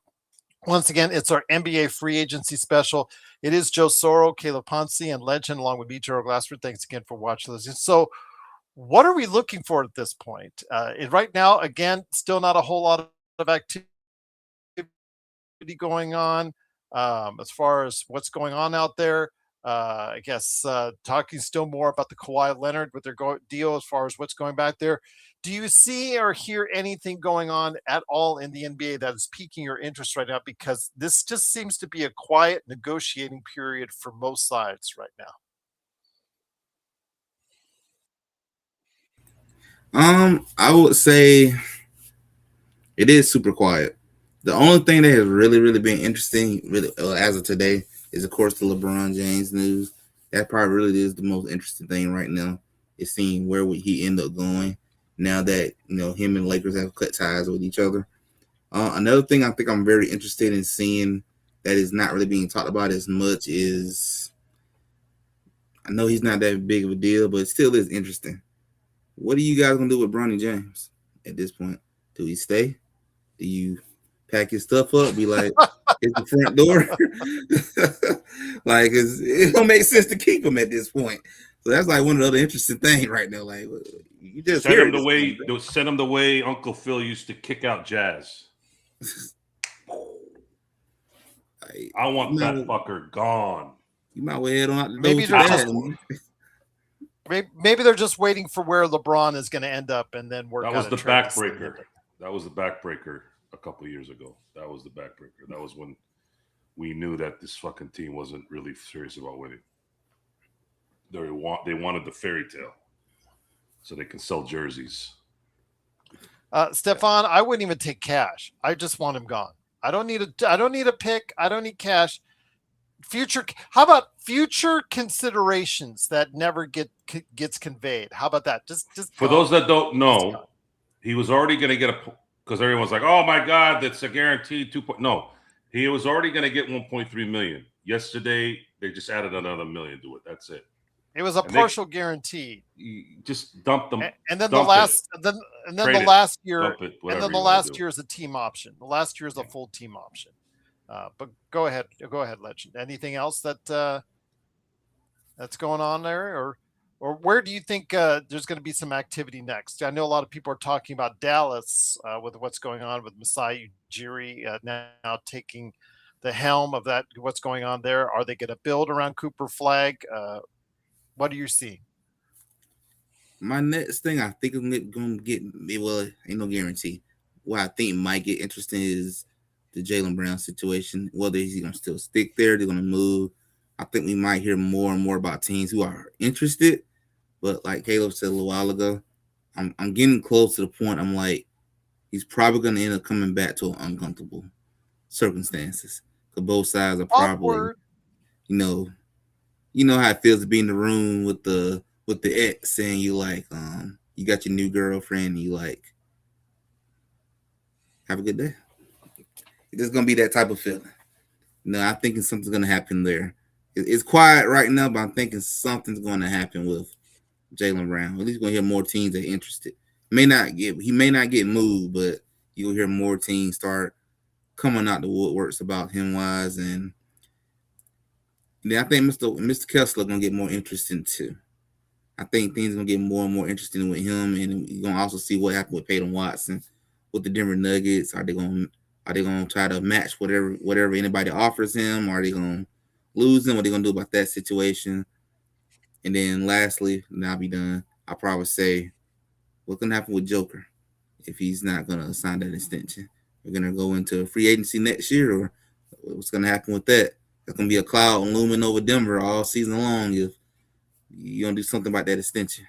So that's coming up. I think it's going to be really interesting. That's going to be big if he doesn't sign it.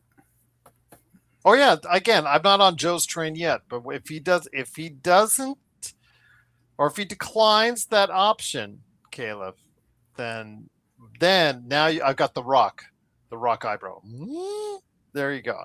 Not there with Joe yet, but as soon as that gets declined, then now we're talking about something. But Caleb, go ahead, my friend. Go. Yeah, I mean, anytime that someone makes it to free agency, the Lakers are always someone you have to monitor. The history says that stars want to play there.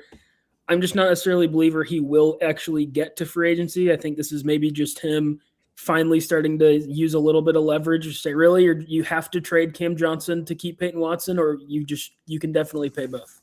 So I think that he'll probably just end up signing that extension sometime in the next year and staying there. But if he doesn't and he makes it to free agency, certainly you have to watch the Lakers. Obviously, Luka is from I don't just want to associate them because they're two European guys, but I'm sure that they are well aware of each other, and I'm sure friends and everything. But I just don't. I'm with you. I'm not ready to get to forecasting that yet. I just think that everything Jokic has done throughout his career suggests that he wants to be in Denver. The way he seems like he would be almost more likely to me to be like, I'm just going to sign with the Jazz because I want to have a ranch for my horses. Then he doesn't feel like one of those guys. Like when LeBron hit free agency, it's like, who seems like they would love to live in Los Angeles is LeBron. Like it just seems like, Jokic doesn't necessarily strike me as that type of guy, but who knows? I mean, like the Lakers, whenever you think they're dead, they pull another rabbit out of the hat. And that most recently has been Luka, and we'll see how they kind of line up his true co-star. Because as much as I seem to like Reeves more than most of the Lakers fans, which is probably pretty telling, I don't think that even I'm not under the impression that he's like an actual number 2 on a super high level team. So they're going to get someone in the next few years to play alongside him. I'm not of the opinion it'll be Jokic, but the contract's the contract, and he hasn't signed an extension yet. So we'll see. Who knows? It's crazy things happen for the Lakers. Before I get it to Joe, though, I wanted to hit something up more with you on that. Legend touched on it. The one free agent or restricted free agent that might get a lot of interest and should get a lot of interest because we don't know how much Denver is going to go all out on, and that is Peyton Watson. Looking for that 3 and D, whatever that may mean anymore in 2026 type athlete. Peyton Watson could be someone that garners a lot of interest here in the coming days. I haven't heard much at all about him, but I also haven't heard 100% that Denver is going to, be able to retain him either, even though they have said they're going to. Their financial frugalness is also legendary as well. Yeah, I mean, they don't love to pay the tax there. It's pretty established despite all their holdings. The only team I've seen heavily linked with him has been the Clippers. I've seen that a few places, and they just kind of made themselves even more cap flexible with their Kawhi trade today. So we'll keep an eye on them, I guess. Other than that, he is kind of the mystery man who I think could end up getting a kind of an eye-popping contract. Now, the way this Walker Kessler situation is headed, it seems like he's going to be the one who just gets a contract that blows my mind. But Peyton Watson showed just enough flashes where any fan base and any front office is going to be to talk themselves into him. And for me, I would always prefer to have a little more substance, but his archetype is really valuable. There's not a ton of those 6'8" to 6'10" guys who could shoot pretty well and handle when asked and are really good defensively and versatile. So I'm sure he's in command. We'll see where he ends up. I think I just always am one who bets on the status quo. And so I just imagine he'll go back with Denver, but the Clippers are apparently interested, and they have shown a willingness to be really aggressive in the past. So we will see, I suppose. Joe, should the Lakers be interested in Peyton Watson, in your opinion? There's been interest, but I don't trust. Well, how about you? Would you be interested in them? Sure. Anytime you can get younger and a player that's kind of on the incline, that's what this probably is gonna be. This offseason is gonna be about working around the margins and holding out hope that Nikola Jokic doesn't sign. I think the window is July 6th through October 20th to sign the extension. So if the Lakers are able to get some young talent in here that can start working with Luka, and then if there is a miracle where he doesn't sign the extension by October 20th, then I'm feeling pretty comfortable that the Lakers are going to go full throttle on bringing the second superstar to LA. Every report right now is Jokic loves Denver. Jokic has said this. Jokic is waiting to see how and this and that. And I'm like, I've heard that before. I've heard that many a times in my life. Until he signs that Kyrie deal. Irving wanted to be a Celtic forever, if I'm not too mistaken. They all. Nick Saban said he absolutely was not going to take the Alabama job when he was a head coach at Miami. This is the part where it's very hard for people to understand. I don't believe anyone, no matter who it is, until I have to. Doesn't matter if it's Nick Saban, doesn't matter if it's Jokic, doesn't matter if it's Kyrie. It doesn't matter. If I like you or not, I don't believe you. So all this pleasantry stuff. Well, he did say he thanked him. Well, who gives a shit? He's a company guy. That's what they do. It's fabricated. It's fake. Like 90% of the shit out there, it's fake. People like that stuff. They like to feel good. They like to be complimented, even though it's fake. So the Lakers need to work around the margins because that's what they can control. I've said this for many years now on this show. It's about having the control of the draft pick and the ability to get the player. Once you start talking about restrictive players, once you talk about a player that needs to be traded, it becomes more difficult. The Lakers have been able to do things like get Anthony Davis in a trade or Pau Gasol, sure, but that was a different system even now. It was already hard enough then. It's even worse now. A lot of these guys, if a guy like James Dolan doesn't want to touch the second apron, who's practically the third or fourth richest owner in the NBA, no one else is going to do it in Utah. No one's going to do it in Portland. No one's going to do it in Denver. No one is going to do it in New Orleans. Damn well better believe they're not going to do it in Indiana. So, because they never have. The key here is he's got this management, if you can call it that, needs to get the right players to build around Luka, whomever it is. Hopefully it's a youth movement. If they can surprise us, great. With some real talent, cool. Not expecting it, though. But if you can get certain young talent that's going to help this team get built to be a title team, which I feel will be next year. Even if you don't get Jokic, you're still going to have a little bit of flexibility. I think there's going to be a lot more talent available next year as well. Then at that point, that's when you're going to really have to put your balls on the table and say, all right, this is what we have to do. Otherwise, we're going to get. Because now you're wasting. So with that, 3 years of Luka's prime. Yeah. That you are. That's not good. That's not good indeed. Hey, don't call him Leroy's. That's disrespectful. But it is, of course, the NBA free agency special. It is Joe Soro along with Caleb Ponce and Legend. Legend, I'll bring it back to you. When it comes to what we're seeing as far as not a lot of activity that's being signed or committed to as of yet, I'm sure there's going to be a flurry at some point in time today or tomorrow, what have you. But as this process continues, there's going to be more and more agreements in place. With that said, my friend, a lot of people are talking about what does Golden State do if they can't get LeBron and AD? So is there a fallback plan in Golden State for Stephen Curry to build a team around him if it doesn't happen? And the dream scenario from what was created by Draymond Green opting out, is that going to be able to come into play here as far as what else they can do?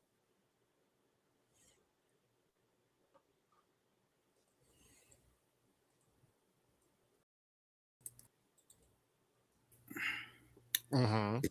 It's not a lot of great talent out there that's going to make a big difference. And this is coming from me, who I love Golden State just as much as I love my Hawks. But I'm okay with saying, even if you get LeBron and AD, it's not going to make a lot of difference. You're not going to be up there with the Spurs and Oklahoma. We over here in Earth, they way up in the stars. They above us. Even if you get those two dudes to Golden State, it's not going to make a lot of difference. And what I'm afraid of, because of the management that we have, their plan B is going to go get a bunch of scrubs. They ain't going to do absolutely a damn thing. But go up here, crop their pants, call it a day, get paid a check. That's what they're going to most likely do. I don't really see a good thing they can really do if this don't work. If they don't get them, most likely you're going to probably bring a lot of your guys back. Go through the same crap again. It's just not a lot of good free agents out there. It's just not a lot. You missed out on most of the centers. Most of the centers are gone. It's just not a lot left at this point. It's almost like this is a Hail Mary type of move.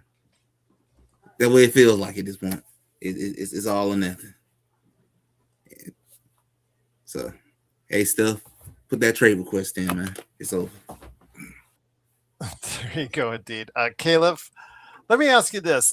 In previous years, it seems like the league has a tendency in this period of time to trend towards building and trying to build to match up with that team that just won the championship. I don't see that as far as a lot of teams clamoring to go ahead and building themselves up to compare against the New York Knicks, almost thinking as far as conceding that the New York Knicks, in their eyes, are not the favorites heading back to the title. And with that said, again, if you're New York, obviously you feel otherwise, or if you're a New York Knicks fan, you obviously feel otherwise.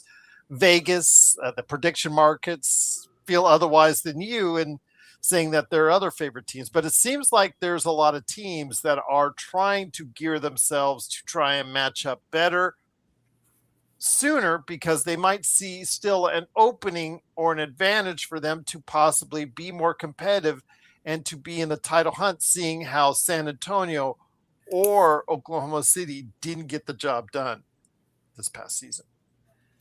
Yeah, I mean, I think with all these teams in the East that seemingly are pressing buttons, which would be like Toronto, we'll see how different Detroit looks. Atlanta, brings back McCollum. We'll see what they bring in Flemings. We'll see what they do. There's lots of East teams who I think are changing stuff up a little bit. Chicago is not close to that level, even close yet, but they're also, starting to usher in this new identity of a team that I think more projects to compete with an OKC or San Antonio than a New York specific matchup wise, just with all these super long defenders. And just, I mean, I think it's mostly just because, like, despite the fact that New York won the title and it was an amazing run, they were the best team all playoffs, they deserve that championship, no question. The two powers that be are clearly still San Antonio, Oklahoma City in terms of, I think if you're trying to be smart, you probably build up against what you really think the best teams are. And I think those are clearly the best teams. And both those teams, on top of being how they already were, they both are doubling down on getting even bigger. Like I've already brought up on here once, we saw OKC bring in Mara, and they're going to have Sorber. And then we saw San Antonio draft Quaintance and Terrace Reed. So I think that the league as a whole is just getting back to, this all is ebbs and flows, right? Like if teams get too big, teams will get smaller faster and beat them bare bigness with shooting, whatever, like we saw happen with the Warriors and the Rockets. And then now we're seeing that counter back where it's like now it's back to being all about physicality, rebounding, and eventually we'll see a counter back. But I think we're just now getting to the climax of this teams getting really big movement. So that's why I think we haven't seen much movement yet. But what the moves we've like heard about, that the most heavily rumored move that we've heard about of a player of consequence is Mamushkavili with the Lakers, right? That's kind of the one, and he's an undersized big, but he is a big. And we saw like Carlson was the first minimum guy to go, and I don't think that's a coincidence. The West team's getting another big and just getting him in as soon as they can, instead of saying, let's focus on some other stuff first. We'll get our minimum big, whoever it is, it doesn't matter. They went out and secured the minimum big they wanted. So I think it's mostly just reasons like that. I don't know if that specifically answers your question or not. But I just think that teams are still going to be bracing for Oklahoma City and San Antonio, because those are still, I think, pretty clearly the two best teams, even though neither one won the title this year. Yeah, I think that's what people are gearing themselves towards. They're not gearing themselves towards battling against New York. And even in the East, they're still probably, their mindset is looking towards the West with teams like Oklahoma City and San Antonio, and seeing what they can do to match up with them, as opposed to not matching up with New York and figuring out a counter for that.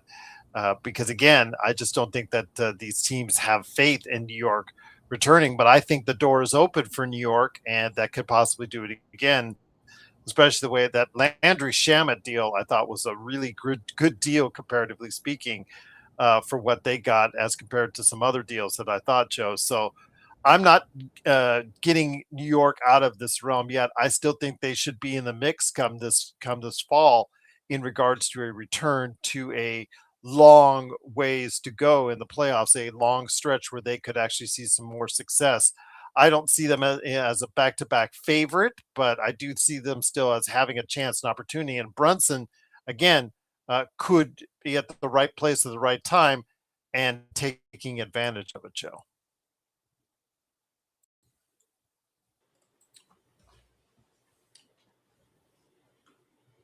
I don't see New York coming back and winning again. I wouldn't be surprised if they lost like in the first or second round. It's just they hit a hot streak and they played the perfect team in the finals. I actually think if Denver had made it to the finals, I think Denver would have beat them.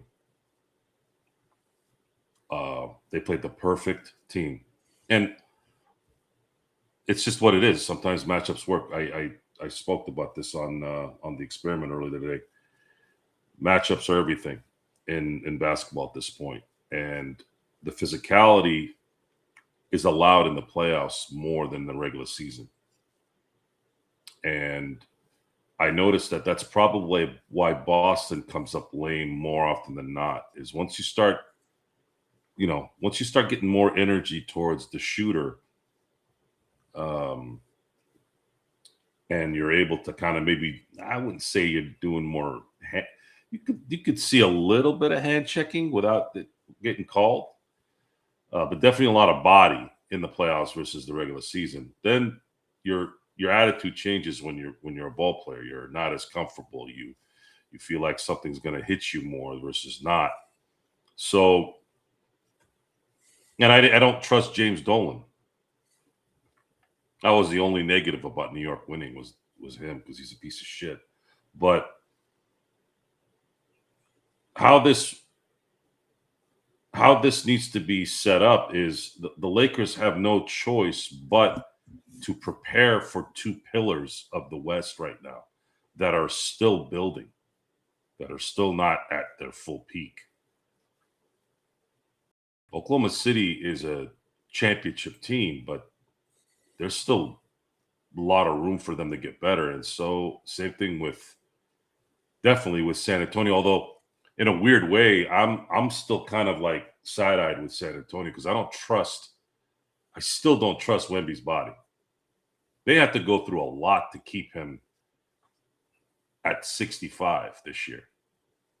They were struggling to keep him there so that he can win the awards. And someone that young, someone that light, having that much effect on the body, I don't know that I could turn. They have no choice. He's one of the best players, right? He's going to be a really good player if he stays relatively healthy. But it's a long season, and a lot of these guys haven't been making it. They just have not been making it through the season and through the playoffs. So the Lakers have to build to beat those two teams at the moment. And the East will flip-flop, I think, for the time being. I think for a while. And then what always fixes the Laker problems? What is it always that fixes the Laker problem? It's always a star.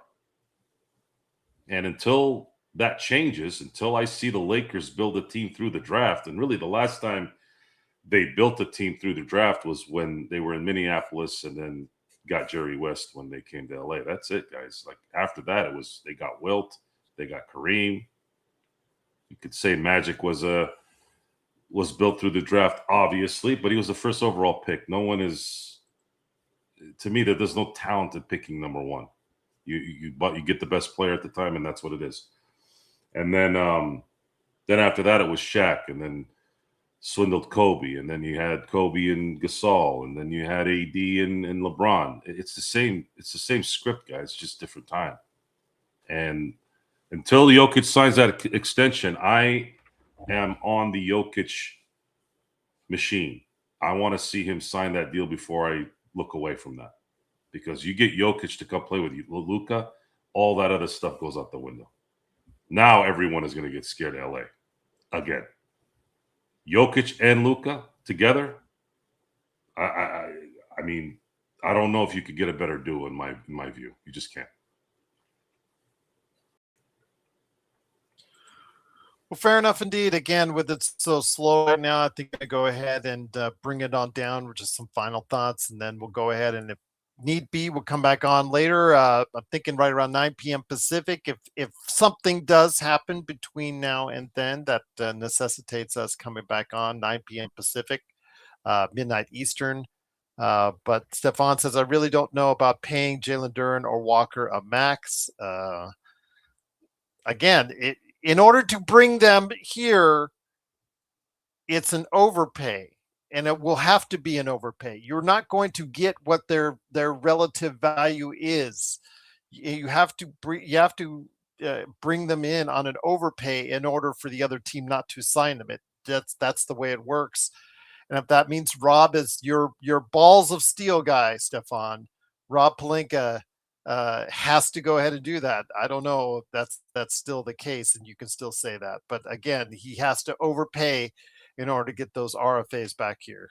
JSJ says backup plan is Mitchell Robinson. And again, he is just so advantageous for him to be on that roster in New York because of who he has playing alongside him and Cat and JSJ, are you Mitchell Robinson as are you sniffing glue? Just...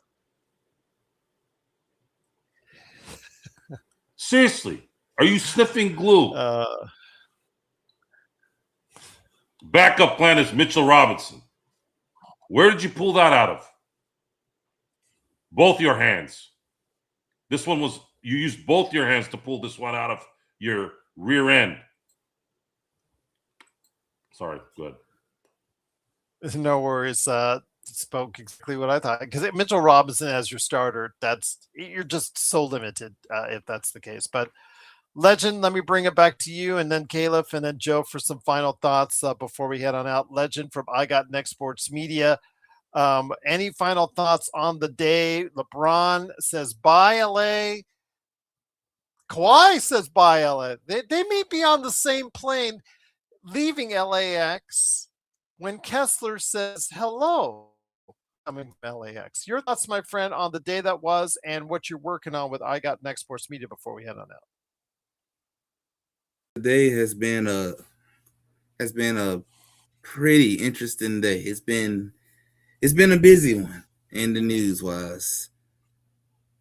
The LeBron era is over. You don't have to worry about the gimmicks no more. I may have to worry about it if he goes to the Warriors. I can go outside and cry on my porch for a little bit.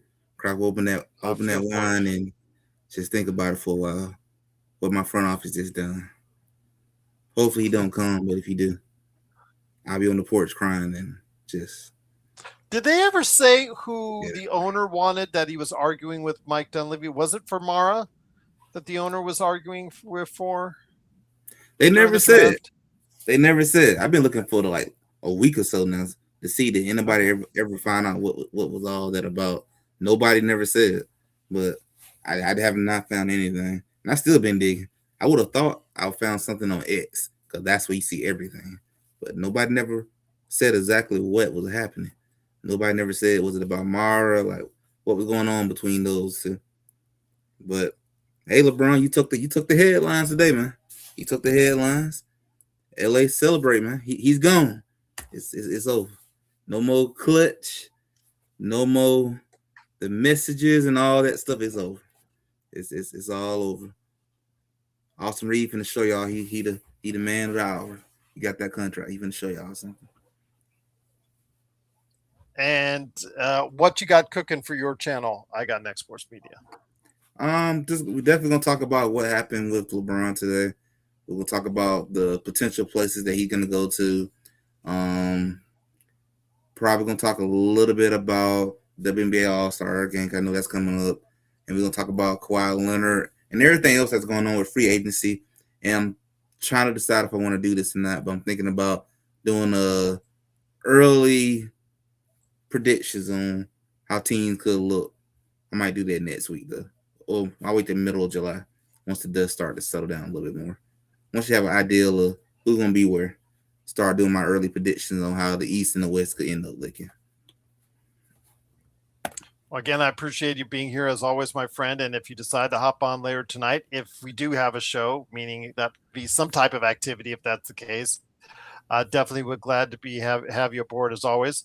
Caleb, let's bring it back in. Caleb from the New Century Press and the Swab Report, before you let us know what's going on there and if there's anything going on the day or that you're looking forward to in free agency. I want to ask you this question.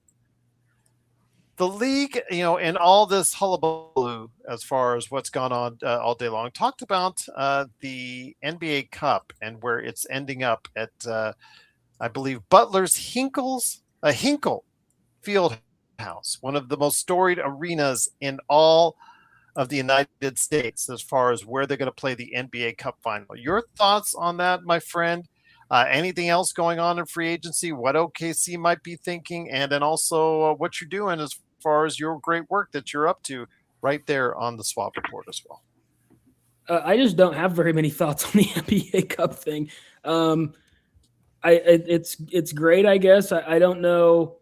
There seemed to be a general vibe that Vegas just isn't really working with what they wanted to do. So I guess this is, and there was rumors that they were maybe going to do like a college arena tour. Now, I didn't necessarily think that would mean they would start with Butler, but it's still in a big city, and I think that was kind of their importance for this trial run they're going to do. So I just don't. I mean, it's fine. The NBA Cup final is always fun to talk about for that 4 days that it is going on or whatever, and then no one cares before or after. So I guess I know why.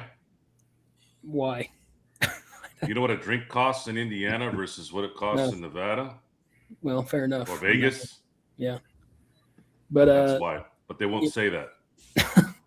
But yeah, so I mean that's I guess there you go.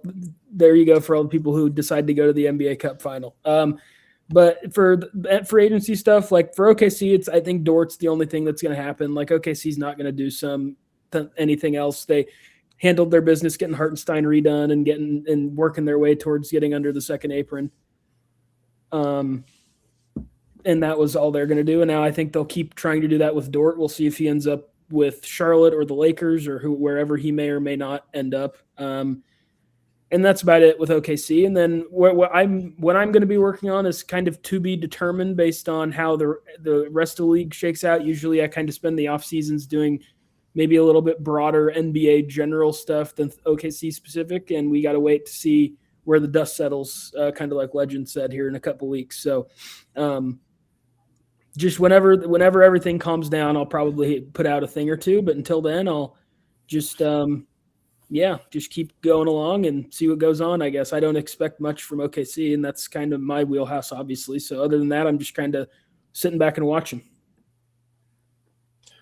And we'll wait and see. We're all sitting back and watching right now because not much is going on. So truly appreciate you stopping by, Caleb. And if you are able to hop on later, if we are doing something later, again, that's, to be determined by the league and see if there's any more activity. Please, you're always welcome as well. But Joe, You had some thoughts earlier today on LeBron on your show in detail that they need to check out on the Joe Soro experiment.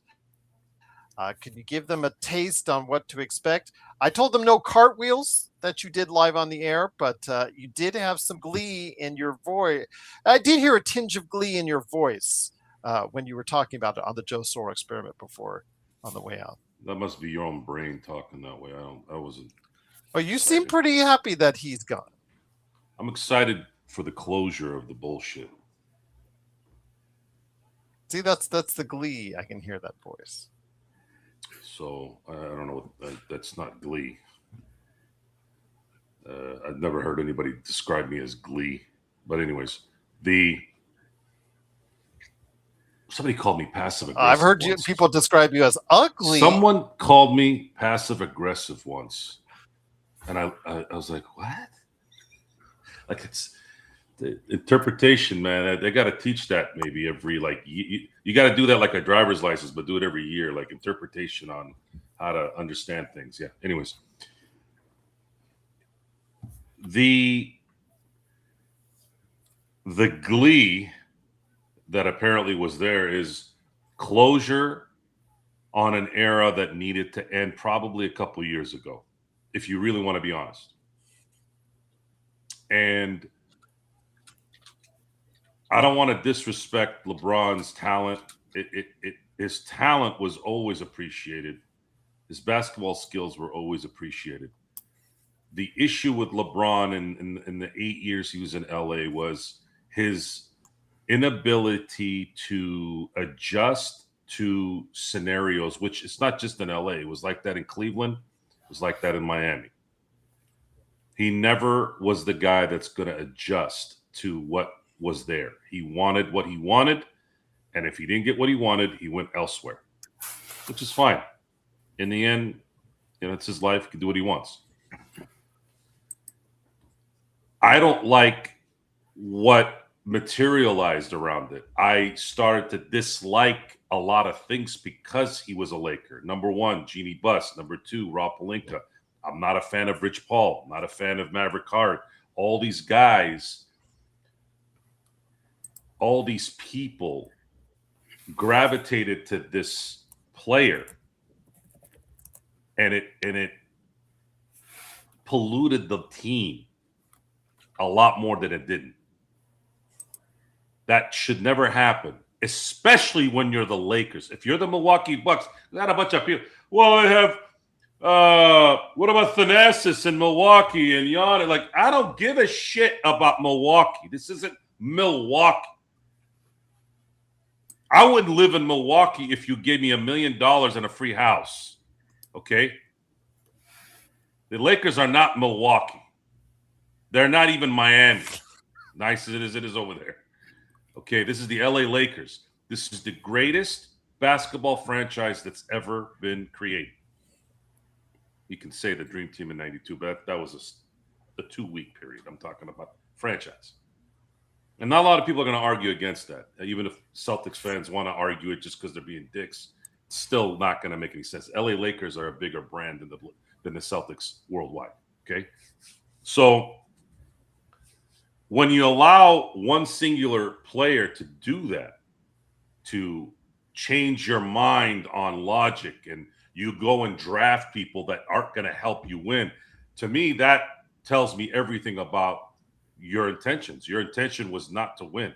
Your intention was to make yourself feel good and make you feel good around you. I'm going to bring back another Nick Saban quote. You want everyone to like you, go sell ice cream. And I don't want to be hated. I don't want to be disliked. That's not good either, because I don't like that quote. Well, if they ain't hating you, you ain't doing anything right. That's stupid too. People are not going to like you for whatever reason. If that's on them. I'm not out to go and not be liked. I as a fan of a team, a supporter of a team in which I spend a lot of time watching. Folks, we're watching 2.5 to 3 hours, 82 times a year, plus the playoffs, plus Summer League, plus preseason. It's a lot of time we spend, guys. Imagine watching 3-hour-long shows every other day or every couple days, right?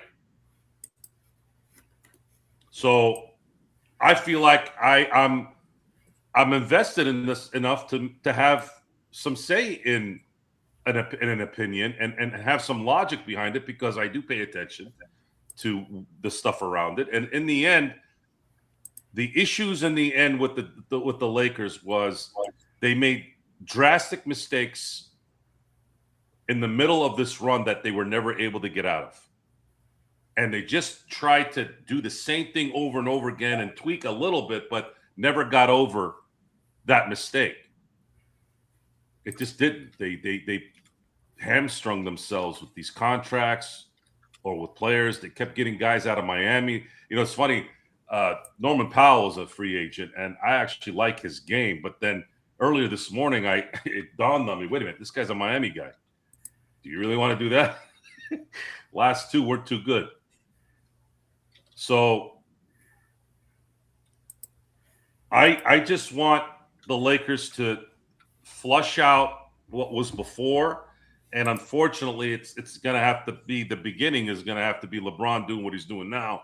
And then slowly you're going to start seeing over the next year or so, you're going to see the old regime go away. And then that's when we'll really be able to see what I've seen it already, actually, as a Dodger fan. But those who don't know and are only Laker fans, you're going to see how well this ownership is going to conduct business. And that's what I'm looking forward to. The problem is it's going to take a minute.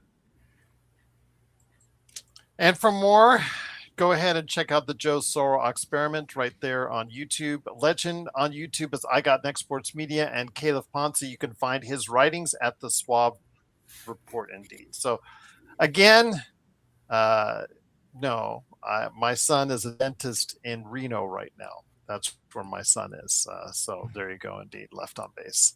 Come on. It's better when you start your comments. Left on base. Are you trying to get us to yell at you now? Because he wants you to yell at him all the time. That's disgusting. I don't do that kind of stuff. I've seen enough documentaries about weird stuff like that. Don't bring that here. I don't like weird shit. You guys know that. If I'm yelling at something, I'm yelling in the moment. I'm not going to sit there and yell at you because you get off on it. That's disgusting. Grown-ass man waiting for another grown-ass man to yell at him. Come on, wake up. Throw some balls.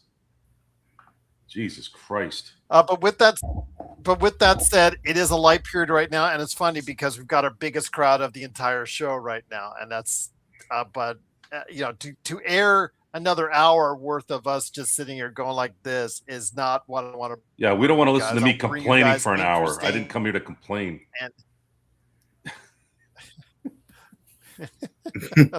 So with that said, if something happens and something really big happens, I'll be back at 9. These guys will be invited. If they come back, I'm welcome to have them on to hear their thoughts on the NBA and free agency. But if something happens that's big, I will come back on at 9 p.m. Pacific, midnight Eastern. And there you go, Black. Breaking news. I'll let John. Keon John Ellis do that. signs a 2-year deal for $18 million with Brooklyn. There you go. Keon Ellis. What's the deal with Kendrick Perkins? Why is his mouth up LeBron's ass so much today? Yeah, you got to kiss it for that clip. My God, he won't shut the fuck up about it.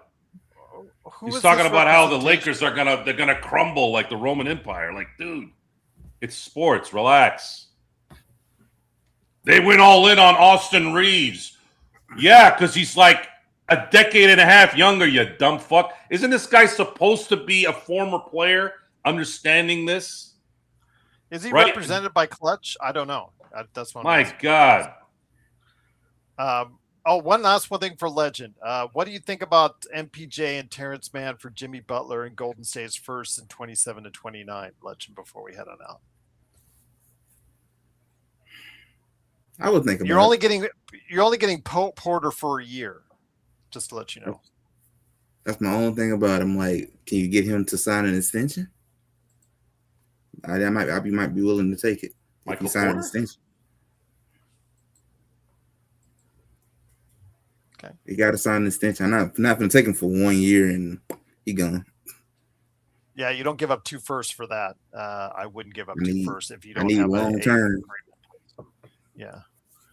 I hear you on that one. So with that said, again, we'll be back at 9 p.m. Pacific, midnight Eastern. If something breaks, that's going to be good enough to talk to you guys for another hour or two on that. But I want to give a big thank you to Caleb Ponce. I want to give a big thank you to Legend, and I want to give a big thank you to Joe Sorrell for stopping by here today.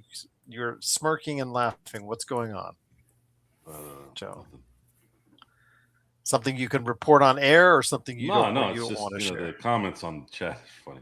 Oh yeah, well there you go. Oh, that's notwithstanding indeed. It is the best chat room that's out there. Lakers Fast Break. Again, something breaks, we'll be back on later tonight, or something breaks in the coming days. We'll be here giving you the breaking news you need right here. Why is Rob wearing leather jackets in 150-degree weather all the time? By the way,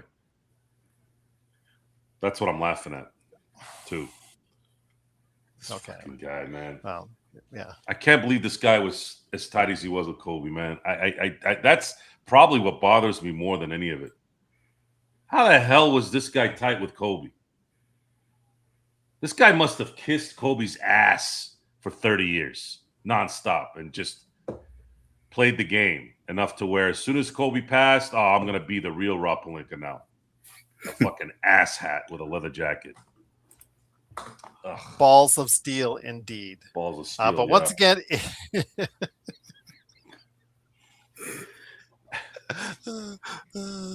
but it is, of course, Legend from My God Next Sports Media. It is Caleb Ponce from the Swab Report and New Century Press, and Joe Sorrell for the Joe Sorrell Experiment. It's me, Gerald Glassford. Thanks again for watching, listening. Please like and subscribe. Great crowd. Thank you again for showing up. If something breaks, we'll be on later tonight to talk about it right here on the Lakers Fast Break podcast.